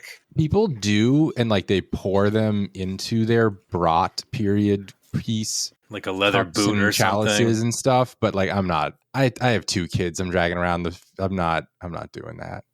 How do the kids like it? They like it, except for when they're hot and tired, and then they Right. hate it and want to go home. Yeah, it sounds like So, kids. Yeah. The Discap newsletter, I like it because it gives me something to say without having to write it myself. Course updates, Central Park Disc Golf Course. We're aware of the construction to the tennis courts around hole 5 and are working on a solution. There is a new tee pad, or a new basket, yeah. right? Allegedly, I tried to go Saturday, but I couldn't see it.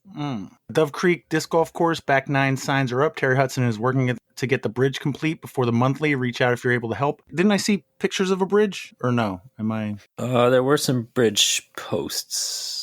Okay. That's not helpful. I don't remember. No, that's fine. There might be. He's looking to get the bridge complete. It may or may not be completed at this time. Shout out T-Hud. He's crushing it out there. Absolutely. OKDGC new kiosk is in. It's 5 inches deep, folks. It's at the course. It's not quite where it needs to be yet. It's not on the concrete pad yet, but it's there. But it's on the facility. Okay, that works. A few people have been reaching out about the status of the course. If you'd like to volunteer to help get the rest of the course up and running, please reach out to the Passes or email oldkinderhookdgc@gmail.com. Anything to add to that, Alex? Oh, yeah. We're very close to having the back 9 cut in. So I think we're going to be trying to make a pretty big push now that tournaments have slowed down a little bit. So definitely be on the lookout. We don't have anything scheduled yet, but typically we'll be out there Tuesdays to do some work down there. So we'll get some stuff on the schedule and start pushing. But I'd really like to have the back 9 cut in at the very least prior to the snow. All right. And then Greenville Disc Golf Course. The course is back in the fall layout. We just talked about it. Thank you to the Lasassos for getting the holes trimmed up and ready for fall winter play. I do want to point out, Jason mentioned last week that the grass is kind of high. It's not. I mean, when I think of high grass, I think of Camp golf. Exactly. And it is nowhere near that. It is like, this could probably use a mow. So I think in a couple weeks, it's probably going to be fine. The kind of grass that probably like your socks get wet in the morning, but like your thighs aren't going to. Yeah. Yeah. Yeah. It's just be a little diligent and, make sure. We had a spotter on a couple of those though, but that was because people still had energy after playing 27 plus 9 holes. So it was a crazy bash. Upcoming events, 1010 Glow and Give at SPW. So on Saturday is New York Team Challenge, Battle of Saratoga. That's on Sunday at Heiser. Yep, to avoid New York Team Challenge days. Smart. That Mike Schwartz, which we'll mention him in birthdays, but he's a pretty smart guy. 1018, the Haunted Hayride at Geralaman. So just a warning, much of the course might be unplayable in the evening. 1018, we already mentioned earlier, the Stonewall Classic. 1019, also mentioned earlier, monthly at Dove Creek. New England Team Challenge at JPark on 1025. Who are you guys playing? Devil's Grove. 1026, Blues at Burbine. We mentioned earlier the volunteer finale on November 2nd, and the Turkey Throwdown doubles at Central Park on November 29th. Ooh. One last update. Brandon Klein earlier tonight posted, we have our finals for the AM bracket. Aaron, after losing to Kevin in the winner's side, has taken 3 close matches to be able to have another shot. Aaron will have to defeat Kevin on both the longs, then the shorts to be able to claim victory for the tournament, where Kevin only has to win once to win it all. Stay tuned for the conclusion of the AM side. Pro side is still on a slight hiatus because both players are slackers and might eventually schedule a time to finish. Wait, he said that? Quote you said unquote. Quote unquote. I said that, unquote. the slacker part. He said on a slight hiatus, but both players are working towards figuring out a date to finish the bracket. I just said you're slacker. I was going to say, I could have sworn I saw that post, and I remember so much tongue-in-cheek comment in it. A little bird told me the pro side has the prizes, so it's up to Yes. them when they want to do it. Yeah, Brandon did give me the trophies and first and second place cash at the Tuesday end of season party, which which was kind of weird because I'm pretty sure Brandon said that he wanted to be there for the final match, so he could have just gave it to us that time. But maybe he's. Oh, is that scheduled? Do you know when that is? No, but I didn't realize. That's why he gave you. That's why he gave you the cash. We just saw Jason yesterday, and he still has no idea. So that's why he said Corey's scared. Well, my confidence has never been higher. The only other thing looks like Wedge beat Newton Hill. Looks like it was a home match, 33-11 for New England Team Challenge. You guys got time for a quiz? Yeah, let's do it. Let's go. All right. I'm gonna head out, so it's 6 people, which is gonna be easier to figure out than 7. All right. Is my math right? I think you are, but I will say, Jaimen, I'm taking a page from Justin's book. I'm going to start incorporating a local trivia round in here. What I'm going to normally do is I'll have 3 rounds. You'll pick the number. 2 of them will be disc or no disc. 1 will be a local trivia one. For the first week, you're going to pick between disc or no disc and local trivia. And the only reason I mention this before you go is I want you to know that I think you might have the best shot because some of these are podcast related. Can you promise him it won't take till 11 o'clock? Oh, that I 100% promise because there's no math. There's no math in here. It's just 1 round of disc or no disc and 1 round of local trivia. So if you did want to hang around, I think everybody will be able to answer most of them, but there's a couple on here that if they aren't, I know you will. Oh, I'm fine hanging out. I was just going to jump off because numbers. And I only count as like a half a person anyways. So we got 7. So what would be, I was going to say Evan's 100th versus Wilcox. That would be Tim, Evan, and Erich, Corey, and Jaimen, and then... And Alex. So that's 3 on 3, and then we just got Randy. So who wants Randy? We want Randy. I want Randy. No. We want Randy. No. Nope. This is the happiest I've been in a long time. I cannot let him go without a fight. Bro's got kids. Wait, we should let Randy pick. Oh, maybe that works too. Oh, you want to be involved with Randy? No, or Randy, you can make us answer a question about you. Ooh, that Lake Placid. 2 kids. Casey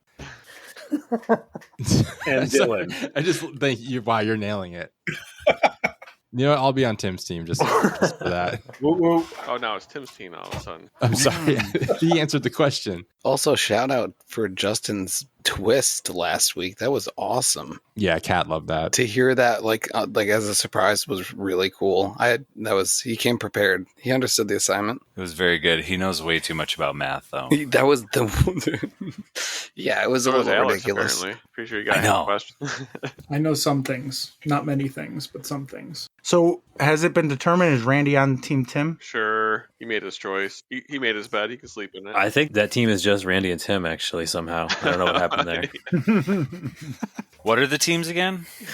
It's 2 on 2 on 3. We're doing trip. No, I'm just kidding. The Wilcoxers versus Erich, the non-Wilcox. Evan, Tim, and Randy versus Corey, Alex, and Jaimen. Okay, I like this. If we lose, oh my god. Are we Team Tree? Tree. Is that true? Okay. Oh my god. Now, I wrote him that way, but I do think Corey, Alex, and Jaimen, since they lost Randy, do get to go first. We're still the winners.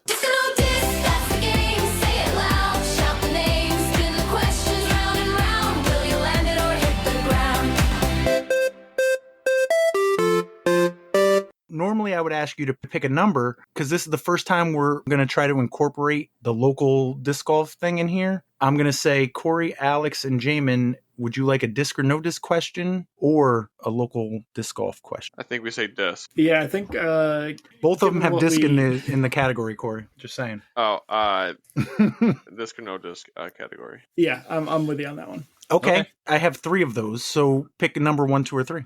Not it. 2. 1. Shit. I said 1. I said not it. Ooh. Let's go with Corey. Corey's always right. Oh, okay. Whatever Sounds you said. good. Really? What does Corey say? I don't remember. 2. You said 2? Okay. Question 1, category 2, which is disc or no disc. According to Alec Baldwin's character in the 1992 film Glengarry Glen Ross, who is coffee for? According to Alec Baldwin's character in the 1992 film Glengarry Glen Ross, who is coffee for? Coffee for winners? Sellers? Oh, wait, Something like it's that. not winners? It could be winners or it could be sellers. That's all I got. I don't know the reference. preference at Winner all. sounds better to me. Winners is what came to my head first. Yeah. Yeah, I like winners. You guys agree? Yep. Team Tree, Dang. according to Alec Baldwin's character in the 1992 film Glengarry Glen Ross, who is coffee Oh, for? I know now. Fucking hell. Do you want to do it, Evan? No, I don't know it. Coffee Oh, is you for don't. closers. I was going to say Eric's got it. It is for closers. Yeah. You guys agree? Yes, sir. Randy? Yes. All right. Is the closer a disc? Ooh, I kind of like it for baseball, right? Gut feeling is yes, and I don't know why. I've I'm never not going to heard be of able to talk either one of you out of it, so let's go yes. it. All right, let's do it. You guys agree? Yep. Yep. Legacy Discs, February 14th, 2012. CLOZER. But Oh. all right, Right. that was a steal. Team Tree, category 2 or local disc golf. You're driving, Tim. I am. All right, let's stick with. He said Jaimen. What I thought.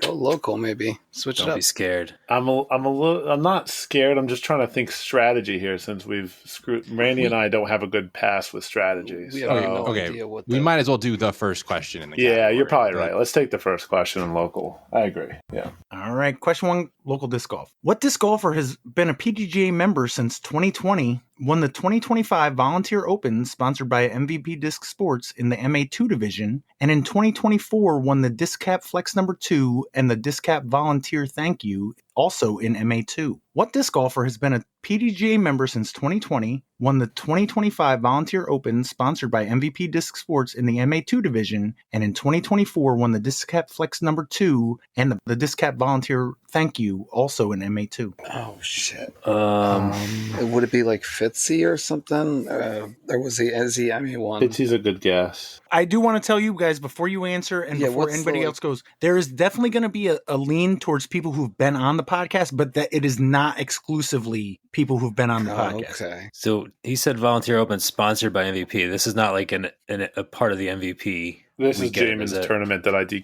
got DNF from. Oh, you got DNF? No, I didn't get DNF. Okay. My That's pick DNF. blew out, and I couldn't play for the rest of the summer. Yeah, if you get DNF, somebody said you cannot True. finish. Yeah, So true. Jaimen. That's different than. True, Yikes, true, I don't true. hear about this. That was a sad day. Thank you. So that day, okay, who won MA2 or at that tournament? It could be like Cody or Logan. I It's like up that. north. And weren't they MA1? And didn't they move up at that point? Oh, I don't Yeah. know. Yes, it's 2024 for that one. I'm kind of thinking it might be Ryan Travis. Ooh, Ooh. good pull. I like that. Okay. I don't know. I remember him play. I remember he played it. 2020? Has he been with I his already wrote PDGA it down. number? Okay. I think it's Ryan Travis, just All right, because that's I fine. think we were.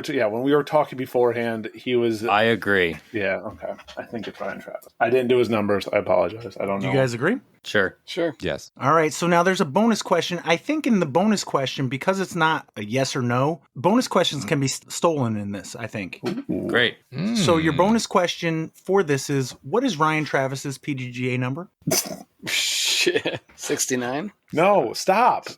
It's, Did none of you guys know it? no, it's 1-4, so I can't remember. I'm I freezing. have a number written down, and I'm scared to say it. All right, I'm going to say it, Randy. You tell me if this is it. Is it 148343? Yes. Okay. Do you guys agree? Yes. Yeah. Eric, you sure it's not 69 something? It might be. You are correct. Nice, Evan. Nice. All right. So Corey, Alex, and Jaimen, you're already down 4-0. What category would you like? I wouldn't have guessed Ryan Travis. I would have got the bonus question, though, 100% in my sleep. Now, Jaimen, would you have gotten Ryan Travis? Probably not. Oh, and you ran that tournament. Mm. Yeah. Running a tournament is very seldomly looking at the people that win it. No, but I really wanted to use that as the first bonus question, so I kind of wedged that one in there. I thought we had a chance to for a minute. Yep. So you going disc or no disc or disc golf? Do we say disc question 1? We already did this I- question. Yeah, one. we stick with the category for the discs, Oh, I thought we did number and 2. that one goes in the regular order. Oh, okay. I'm good either way. Yeah, I'm also fine either way. Corey, you haven't led us astray yet, except for the last time. Let's do the local disc golf ones. We get that one wrong, too. You want to do local disc golf? Yeah. All right. Question 2, local disc golf. What former Hudson Valley Disc Golf podcast guest is a member of the Disc Golf Hall of Fame? What former Hudson Valley Disc Golf podcast guest is a member of the Disc Golf Hall of Fame? Shoot, this is a Jaimen question. I'm just going to try to throw some old names out there. Like, I was just going to say John Hauk. oh, yeah, 100%. I don't think Dan Doyle's ever been on, and he's the only other one that I could think of in that category. Oh, sick! You saved me from saying some pretty dumb names. So yeah, okay, cool. Damn, you denied us all of that. Yeah. But I do remember him being on it. So yeah, I'd say that John Houck. Yeah. You guys agree? Well, the only other thing I was thinking of was who was the coordinator before James? Bill Newman. Yeah, that guy. He could be, but if I don't Dan think just he's- got in, Bill wouldn't have gotten in yet. And I also don't think he's been on the podcast. And that was So- going to be my Yes. question, or my answer that Jaimen saved me from. But since you said it first, yeah, John Houck. Yeah, John Houck is, I think, the best bet. Let's do it. You guys agree? Yeah. All right, bonus question. What disc golfer who has been on the podcast is scheduled to be inducted into the New Jersey Disc Golf Hall of Fame later this month? What disc golfer who has been on the podcast is scheduled to be inducted into the New Jersey Disc Golf Hall of Fame later this month? New Jersey Disc Golfer Hall of Fame. Has Brinster been on before? Oh, Would he be Jersey? Cutler has been, right? Or him. I think Cutler has been, and that would make sense. Yeah, I don't know. I don't know if Brinster's ever been on. And if he was, it was long before me. I thought I remember noticing something that someone was going into the New Jersey Hall of Fame that was not from New Jersey. Where's Cutler from? Cutler and Brinster are both from Warwick, I think. Okay. But it's definitely one of those. Cutler does live in New Jersey now. I'm fine either way. It's a but it's stealable. Fuck. But do you think Cutler is who'd you be leaning towards as far as been on the podcast over Brinster? I'm 90% sure Cutler's been on the podcast. Okay. I'm less sure about Brinster. Yeah, no, I was leaning the same way. I would say Craig Cutler. Okay, we're giving it away if we don't get it, but yeah, I don't think we got much Sure, else. you guys agree? Yeah. Yep. Yeah, I did like a 3-minute interview with Cutler after Mighty Gall. Never had Brinster on. We know things. All right. Yeah. No. And Jaimen has proven his worth. I'm glad. What about the team tree? Did any of you guys have a clue? No idea. I knew the first answer for sure. Yeah, I knew the first answer too, but not the second one. Team tree. Do you want disc or no disc or local disc golf? Should we go one on disc? I'm scared of the local disc golf. Yeah, let's go. Yeah, I'm not going to Category be two, very right? helpful in that one, I don't think. Yeah, let's go with a disc. Category 1, right? Yeah. Well, it's technically category 2, but We're disc calling or no it 2. disc. Oh, okay. There's one. All right. Yeah, it's fine. Semantics. What term can be used to describe the head of a tree's foliage, the part of a tooth above the gum line, or the gold cap that might go over it? What term can be used to describe the head of a tree's foliage, the part of a tooth above the gum line, or the gold cap that goes over it? It's a crown. Crown. Yep. Crown. You guys agree? Yep. Yes. Is the crown a disc? Pretty sure should it's be. West Side, right? Yeah. Oh, it is. That's definitely. If it's a disc, it's probably West Side. I'm like 95% sure it's West Side. Disc. Okay. You just made me super confident it is. All right. You guys If agree? It's not. Yes. Yep. Tim is sure. West Side Golf Discs, February Oh, 22nd, shit. 2017. All right. Corey, Alex, and Jaimen, which would you like? Do we assert dominance and take local disc golf? I kind of want to go with the other ones because they're really uncomfortable with local disc golfs. No offense, local disc golfers. That is a better strat to win and not so much the puff your chest strat. Yeah, I'd agree. It could pay off, if we don't know this. This is a Hail Mary. Yeah, my instinct is we take the discs and hope to steal the others. Okay. Yep. Like a mother's. All Yes, right. let's go with that one. So, question 3, disc or no disc? In Norse mythology, what is the prophesied series of events, including a great battle, the death of prominent gods, and natural disasters, that ultimately results in the submersion of the world in water and the subsequent rebirth of a new world? In Norse mythology, what is the prophesied series of events, including a great battle, the death of prominent gods, and natural disasters that ultimately results in the submersion of the world in water and the subsequent rebirth of a new world? It's Ragnarok. Yes. Thank you. Yep, I was going to say Rapture or the Flood. Oh, yeah. Apocalypse. Yeah. Ragnarok sounds awesome. Yeah, it does. You guys agree? Yeah, Yep. Is the Ragnarok a disc? pretty sure Yes. it is. Sure is. Viking Discs, March 8th, 2017. 6-4. But there's still a question behind, and they're up 2. Tree, disc or no disc, or local disc golf? I think we stay in 2 for now. Yeah. Okay. Which one? No, I meant that. I'm sorry. Did that that sound sounds- not Yeah, sincere? it sounded Facetious. really That was like super snippy. No, Yeah. sorry. That is me totally. Okay. That's I'm just on you board. acting. It's all good. Okie dokie. How about that? Even that's so much worse. So, are Shut you up, saying Eric. the disc or no disc? We're Category? taking 2, yeah. Category 2. Question 4, disc or no disc? In physics, what is the term for the mechanical advantage or power gained by using a simple machine to lift a heavy object? In physics, what is the term for the mechanical advantage or power gained by using a simple machine to lift a heavy object? Is it leverage? That's the first word that came in my mind. That is what I thought. Okay. Yep. You guys agree? Yep. Yep. Sure. Is the leverage a disc?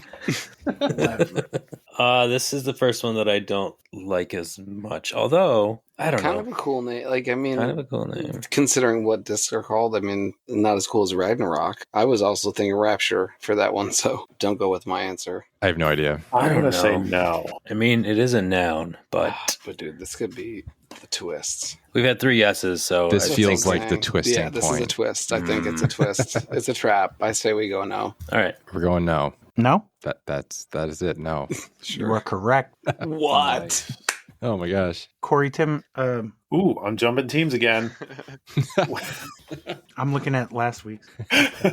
Corey, Alex, and Jaimen, disc or no disc or local disc golf? I mean, do we try to take the last one in disc or no disc? There's 2 more in disc or no disc, so I think we take 5 in disc or no disc, Wait, do we always do Sounds 6? good. right? But, yeah, there's been We got 1, 2. They got 3. Oh, for some reason, I thought There's 2 questions left in disc or no disc. Okay, Oh, okay, okay, yeah. yeah. Okay, Oh, great yeah, part. 5. we want the disc or no disc. I think. Yeah. All right, question 5. What one-word exclamation is famously attributed to the ancient Greek mathematician, I'm sorry, Jaimen, I lied, Archimedes, who allegedly shouted it upon discovering the principle of displacement while taking a bath? What one-word exclamation is famously attributed to the ancient Greek mathematician Archimedes, who allegedly shouted it upon discovering the principle of displacement while taking a bath? Is the word eureka? Yes. That's what I was It is? assuming. Yep. Yes. As the story goes, he got right up out of the bath and started running through the streets naked. You could consider that a eureka moment for sure. They called him Dude Godiva. I'm pretty confident running around naked is less of a social faux pas in ancient Greece than I think it was encouraged. modern day. Yeah. I just like to think that he says dude. You guys agree? But yeah, Eureka, for sure. Yep. Is the Eureka a disc? I'd say so. I like it as a disc name, Yeah. for sure. Okay. You guys agree? Mhm. Yeah. I'm sorry, no. Really? All right, Tree. What do you got? The last disc or no disc, or do you want to venture into local disc golf knowledge?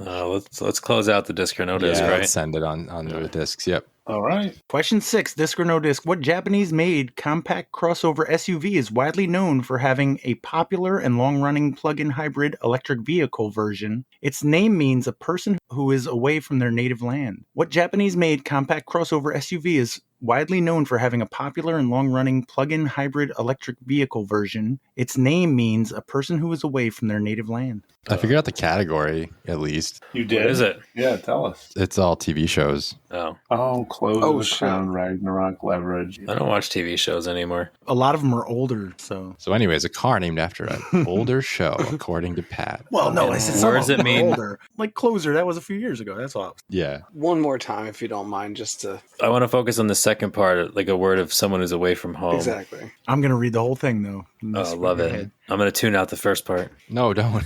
Evan, what Japanese-made compact crossover SUV is widely known for having a popular and long-running plug-in hybrid electric vehicle version? Its name means a person who is away from their native land. Person who's away from their native land is a foreigner or a tourist or visitor, Think of a car Or a name, though, RAV4. but- No, a RAV4 or I an do have a Isuzu RAV4. Trooper.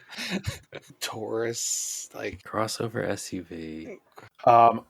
Wait. What's the Mitsubishi Outlander? Oh, I like that. That's a show. That's a crossover. Wait, is that a plug-in Yeah. now? Oh, I don't know, but it's a TV show. Oh, so it is a I know TV that. show. You're right. Yeah. I was thinking. I think that's the only thing that the crossover SUV is the only thing that I wasn't going through all the Japanese ones. I'm going to be honest. I don't know if the Outlander is a vehicle, so I'm relying on you here. I'm pretty sure that's a Mitsubishi I'm pretty sure Outlander. it's a car for sure. I'm envisioning it, and for whatever reason, I see a blue boxy Yes. SUV. They only sell them in blue. You're correct. Yes. Yeah, right. Exactly. Thank you. I'll go with it. We're going with it, Pat. You guys agree? Yep. Is the Outlander a disc? Oh, I don't think so. I don't like it either. I Never think heard it of it. sounds terrible. Okay, don't go that far. I'm going with it Anybody else? because it sounds like it's going out of bounds. You don't want an Outlander, Yeah, but there's also so many terrible names for discs. I said what I said. I mean, if you're going gut, then I'll go with your gut. What do you think, Ev? Are you muted? No, I was just listening. I don't have a strong feeling on that one either way, I guess. Yeah, I have nothing on this. I guess probably not, if I had to pick. You guys All right. agree? Yep. We're going no. Full turn discs, January 19th, 2021. I knew it baited, dude, because It's over. Dude, I fucking knew it was. Formerly the Nomad. Alex, what do you got for the score? I just want to double check. I have 5-9 with them ahead. That's what I have. Everybody agree? Yes. Yeah. All I right. still think it's a terrible name. So Corey, Alex, and Jaimen, all we got left is the local disc golf knowledge. Question 3. What disc golfer has been a PDGA member since 2015, won the Warwick Amateur Disc Golf Championships presented by Dick's Sporting Goods in the MA2 division, and finished second at the Phoenix Disc Easton Open in the Open division in 2022, 2023, and 2024? What disc golfer has been a PDGA member since 2015, won the Warwick Amateur Disc Golf Championship presented by Dick's Sporting Goods in the MA2 division, and finished second at the Phoenix Disc Easton Open in the Open division in 2022, 2023, and 2024? You guys have any idea? No. Nothing's coming to mind. I'm guessing it's Ryan Nelson, Easton, Pennsylvania. He started around the same time I did, and he lived in Beacon when he first started, so Warwick Am would make sense. Wait, did he say Phoenix, Sure. Pennsylvania? No, he said No. Phoenix Disc Open, and it's The- the Easton Open presented by Phoenix Disc. Oh, okay. 'Cause he Mhm. said Phoenix. I didn't even hear the rest of it. I just assumed it was in Phoenix Arizona. Disc Easton Open. Oh. I had the same initial reaction as you, but then I was like, oh, Easton. I don't know where Easton is. All right. Yeah, I like But that answer. It sounds like it easily could be Pennsylvania. So, yeah, I'm good with that. Ryan Nelson. You guys agree? Yeah. Yep. We ran so late last week, we didn't do birthdays, and Ryan's birthday was, so I had to throw a trivia question to him. But for bonus, as mentioned on the podcast, how many C1 putts did Ryan miss at the Wedge Fall League Week 4? As mentioned on the podcast, how many C1 putts did Ryan miss at Wedge Fall PDGA League Week 4? I feel like the answer was more than Pat.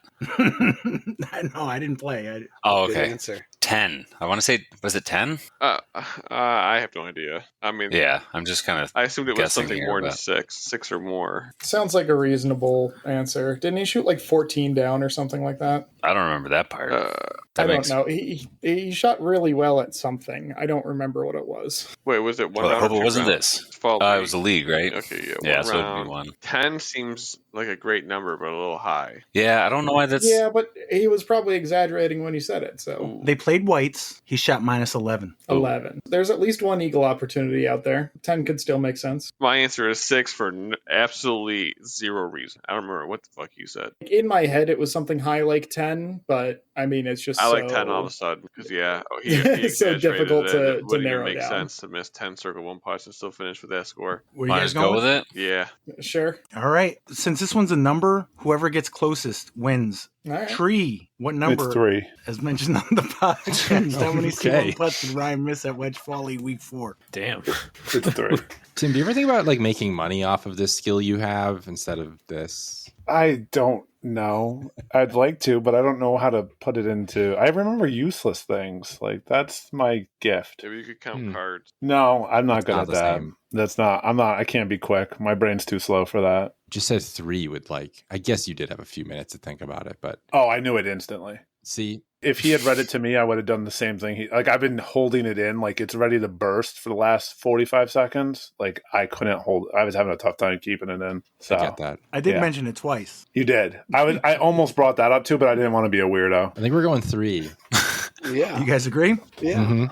You are correct. All right. That was that part was a steal for Tree. Question 4, local disc golf. According to my research, there were 5 total aces in the 5 Disc Cap Flex tournaments this year. Name one of the players who had an ace at a Disc Cap Flex in 2025. I know one. Shoe. Say it. Me. One was you. Oh, did it. wow. You were having such a great Oh, time. Oh, that's dude. right. You got hole 9 too, Pat, right? I swear Yeah. to God, if you play the tape back. Oh yeah, You should. insert clip. Yep. Yeah, we'll go with. I mean, Jaimen. right? It has to be. I know I didn't, so I love it. I'm I feel pretty strong about it for some strange reason. You were there. What do you guys think? Do you guys agree? Yes. Yes. Yes. Yep. Do you guys agree with the guy who's not quite sure? Yes. I'm more sure. I heard it because we were on hole 13 and somebody said, "Does that sound like an ace?" And I was like, "Nah, they weren't cheering loud enough." I know I aced. I just don't know if I'm one of the 5. There's 4 other people in play here, but What do you? No, What? any No. of them You- are What? eligible. What? I'm not looking for one specific. I'm looking for Erich any of the Struna is our answer. Yep. Just stop him talking right now. five. All He's right. not sure. Bonus question: name another play. Another of them. Okay. I got it right. Yes, you did. Yes, you did. I don't know how these are going to land. Like when people are going to get them. So that was perfect. Probably Dennis, right? I don't know. Well, let's think where they Dennis were. At probably got Thatcher. a glitch ace I somewhere do along think the way. Dennis did get one. Did he get one? Okay. It might have been Dubs though. He had a glitch ace recently because there was a picture. Where were they? There was Thatcher, Burbine, Think about who's been talked about. CPS. Who got one at CPS? I think I remember one at CPS. I don't know. My guess is Dennis Daly. You can. I'm good with. Oh, wait, did he get 17? I don't know. Okay. I'm Oh good wait, with that. Eric, he did get 17. When was that? Yeah, but that wasn't during the flex. Oh, it wasn't? Okay. No. All right, I don't know. I like Dennis. Randy, you have a better idea? I love it. It's just Dennis a shot in the sounds like dark. the person who would ace. I love it too. Fuck them, but You guys agree? Yeah. Yep. Corey, Alex, and Jaimen, according to my research, there were 5 total aces in the 5 disc cap flex tournaments this year. Name one of the players not named who had an ace at the disc cap flex in 2025. I got nobody. Yeah, I don't remember either. So what were all the flexes? Well, Tim said Burbine and CPS. I kind of want to say Ethan, but I don't know. I feel like he went to a few. Was there one at Heiser? No. Okay, I'm just like thinking about where people are going to ace the most. I'm trying to go backwards. Yeah, so there's Prospect Burbine. No, there was one at Heiser because I wasn't able to go there. Yeah, it was Prospect, Heiser, Burbine, CPS. Wait, was and Heiser something not the one that else. had like 3 aces? Mike Thomas is one of them. The other Oh. one was Thatcher. Thatcher was one of them. Okay. If it was the Heiser Flex, oh no, that was the doubles thing. I don't have any idea. Yeah, I don't know, Ethan. Yeah, I mean, I got no real names, so Let's yeah, go for with it. Ethan. He's got some fireworks. Let's do it. You guys agree? Yeah. Yeah. All right. So there were 5 tournaments. One of them did not get an ace. Anybody wild shot guess? You guys named all of the flexes. Which one do you think didn't get one? Burbine? Thatcher. Mm. Really? Burbine had 2. Tanner Flint got hole 15, and Matt Sharp got hole 9. Sharpie. Ryan Lucht got hole 11 at CPS, and Jeremy Forehand Florida Man Million got Heiser Creek hole 3. There you go. And again, this is all according to my research. If I am wrong, Too bad. Of the things I would have expected to be aced at Heiser, 3. Wait. No, 3 is No, 3 is right the on the one. list. you ace. Yeah. No, three. I'm thinking of 4, I think. Yep. That would be an ace. The That'd big be uphill so one. sick. Oh, Yeah. I think you retire after that. Yeah. Yeah. All right. So Corey, Alex, and Jaimen, question 5. Local disc golf. What is the name of the PDGA state coordinator for New York? What is the name of the PDGA state coordinator for New York? That's James Carmen, right? Mhm. Yep. Sure is. You guys agree? Yeah. Bonus. What is the name of the disc golfer who came on the podcast and ran against him in the last election? What is the name of No the disc clue. golfer who came on the podcast and ran against him in the last election? Scott is his first name. Okay, that's more than I got. Radford? No. that's this go. Is that? Yeah. Now I'm not even sure about the Scott part. Shit. Let's just say Scott. Damn. Do you think that would be enough to get a be more specific? Let's Yeah. find out. Yeah. Just to never listen to the other team. But And now I don't even think it's Scott, but yeah, sure. yeah, I can't remember. Scott. I got absolutely nothing. So Oh yeah, Scott. You guys agree? Yeah. I guess we're going with Scott. Can you be more specific? Damn it. Scott from Niagara. Scott Scottson, Scott Barnes. Scott Smith, Scott. Scott Scottson. He might have took from the rich and gave to the poor. Sherwood. Scott Sherwood. That You does guys sound agree? familiar. Wait, we still have a chance to tie here. That's a little generous. I don't think I so. was going to say Scott Robin Hood, so Scott Littlejohn. 11-7. No. I forgot to mark down Erich as a point. Oh yeah, Scott Sherwood. That was worth 4 points. That was the double jeopardy round. All right, so I got 11-8. Final question for Tree. Who's the president of the New England Flying Disc Association? Neef. Who's the president of the New England Flying Disc Association? Neef. Is it an Erich or a Seth? It's oh shit, why'd you say a second name? No, don't say Seth. He's the one that writes the write-ups. Yeah, I was going to say Erich. Yeah. Is it Erich Struna? No. How does he not know? Check He your thinks email. about It himself. might be. So we're Is going Erich's with last name? Erich. It'll buy us time. Can you be more specific? Yeah. What is his last name? Don't they have the same last It's name? the same last right? name. It is. Okay, I'm Mhm. not crazy. Oh, is it Roth? No. No, I thought it began with an R. Maybe I wanted to not. say Wilson, but I don't think that's right. Wilson? Oh, Is yeah. it? Oh, Yeah. Okay. Oh, Okay. Do you guys agree? Yeah. sure. All right. Your bonus question. What is Ryan Travis's NIFA number? Ooh, 2489. If that's right, What? I don't know. I've literally I made like that it. up. I love It it. can't be it. No, I just made that up. It definitely starts with a 2. I don't even know my own. I know mine because I looked it up so many times when you had to. What? You used to have to What put is it in yours? 2656. 2483. When did you join NIFA? Probably not long after I joined PDGA, so maybe late 2021. I'm guessing. Oh, I see. This is helpful to trying to figure out how long. Yeah, Ryan I Travis mean, if we was. want to guess a random number, I think I it was should like, be. "Wow, Randy, you're getting really personal." And I'm the dumb one on the podcast. Shit. I had a long, interesting day, and I'll leave it at that. I don't know. I'm going to guess his NIFA number is I pulled newer than yours, 2489 out of my butt, so but I that's don't know. lower than yours. For some reason, when Right. Pat said it, I Don't think go with it. Go with You think he started after? I would guess if he No. didn't even start playing disc golf till 2020. I didn't start till 2021. My PDJ number is 194. Ryan I Travis think he's has young. I been think around it's a lot longer than 24. me. All right, fine. It's 2489. Yeah, let's whatever. go. No, he that's said. crazy. I just okay. I hope. All right, We're going with it. great. What are you going with? 2489. Corey, Alex, and Jaimen. What Thank is God. Ryan Travis's NIFA number? 2490. $1, Bob.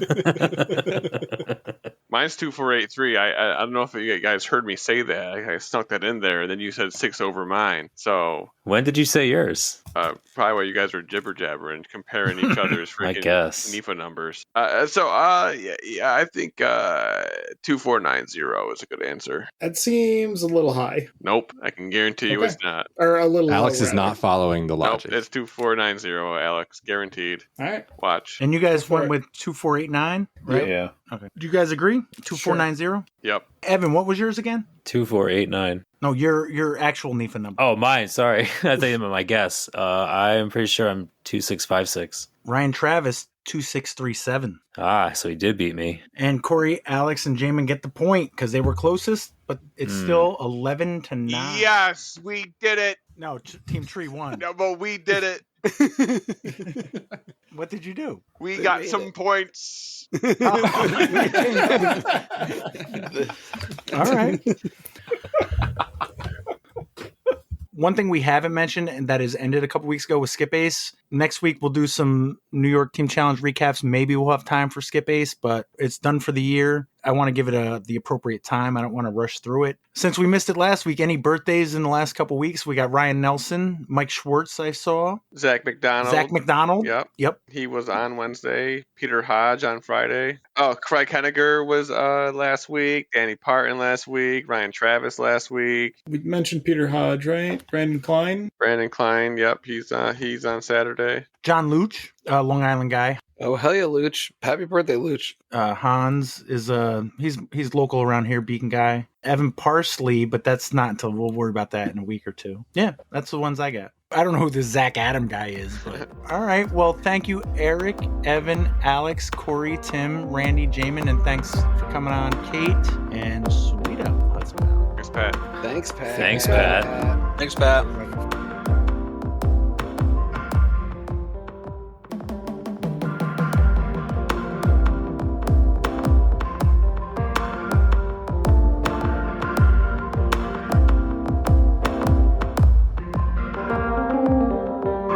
Yeah, just let me know if the volume is off or anything goes wonky with it. Would you get like some JBLs? Nah, there's just some Razors, like cheap $60 headset. Sure. I'm kind of kicking myself because at the beginning, when Justin logged on last week, you had said something about his volume. Man, it would have been nice if he had gone up one notch. One more notch. Yeah, I don't know how it sounded because I didn't listen to the final, but there were definitely spots that he dropped out a few times, at least when I was editing. I thought it sounded good when I listened back. I don't remember thinking I couldn't hear Justin or anything. Yeah, I didn't notice anything. I did also notice, like, once or twice, like, the last syllable of whatever he was saying wasn't there. So, yeah, I like maybe the sensitivity on the silence like silence remover was slightly too strong or something like that. He was just too low. I think when he was talking right into the mic, like during trivia, he was fine because he was reading something, so he was looking right at it and right on the mic. And what happens is I do a lot of the sound stuff, like balancing everything after the fact. So I wish I could do it beforehand, so then that way I can find out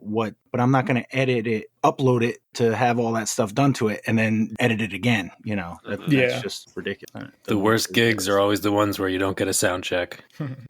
I've been sitting here for the past 6 minutes while Windows 10 struggled for its life. I did just find out Windows 10 support is being discontinued, which made me realize how old my computer is. Yeah. I ain't switching. They're stopping this whole support overall. That's wild. Yeah, they do that with every system after like 10 years or whatever. Well, if it's Windows 10, well, no, that's when they switch to like not necessarily the year, right? So that I don't know what 2010 10 means. Yeah, because I bought it in like 2015, I think. I'm guessing. They just forced the state to go to Windows 11 this like month, so it's probably like 10 years old. You can just upgrade to 11, can't you? Some computers don't have the hardware. Right. Yeah, Yeah, you depending need on the to hardware, make sure your yeah. computer can handle it. Here's a trivia question. Which version of Windows came before 10? Vista. AOL. 7. Was it not 8? No, 8, 7, 8, 8, 1. No. It was, Ding, ding, ding. Corey got it. 8.1. The 8.1. answer is Wow, 8.1. 8.1. I didn't What even realize the- 8.1 was considered a different operating system. I assumed it was just an upgrade on 8. Listen, I'll admit I Googled it. I'm on Wikipedia, so take it Well, I with mean, I'm also a huge doing grain the of same salt. thing. Yeah. Stuff I like didn't get to that part is yet. usually pretty okay. It's just so random how they will be like, oh, Windows 10, but for no, it's totally just subjective, made up. Windows 8 was released in 2012. So yeah. But what was it before Windows 8? 7. 7. 7. Actually, it was Windows and 8 then- beta before it was Windows 8. Yeah, so it's all just made up.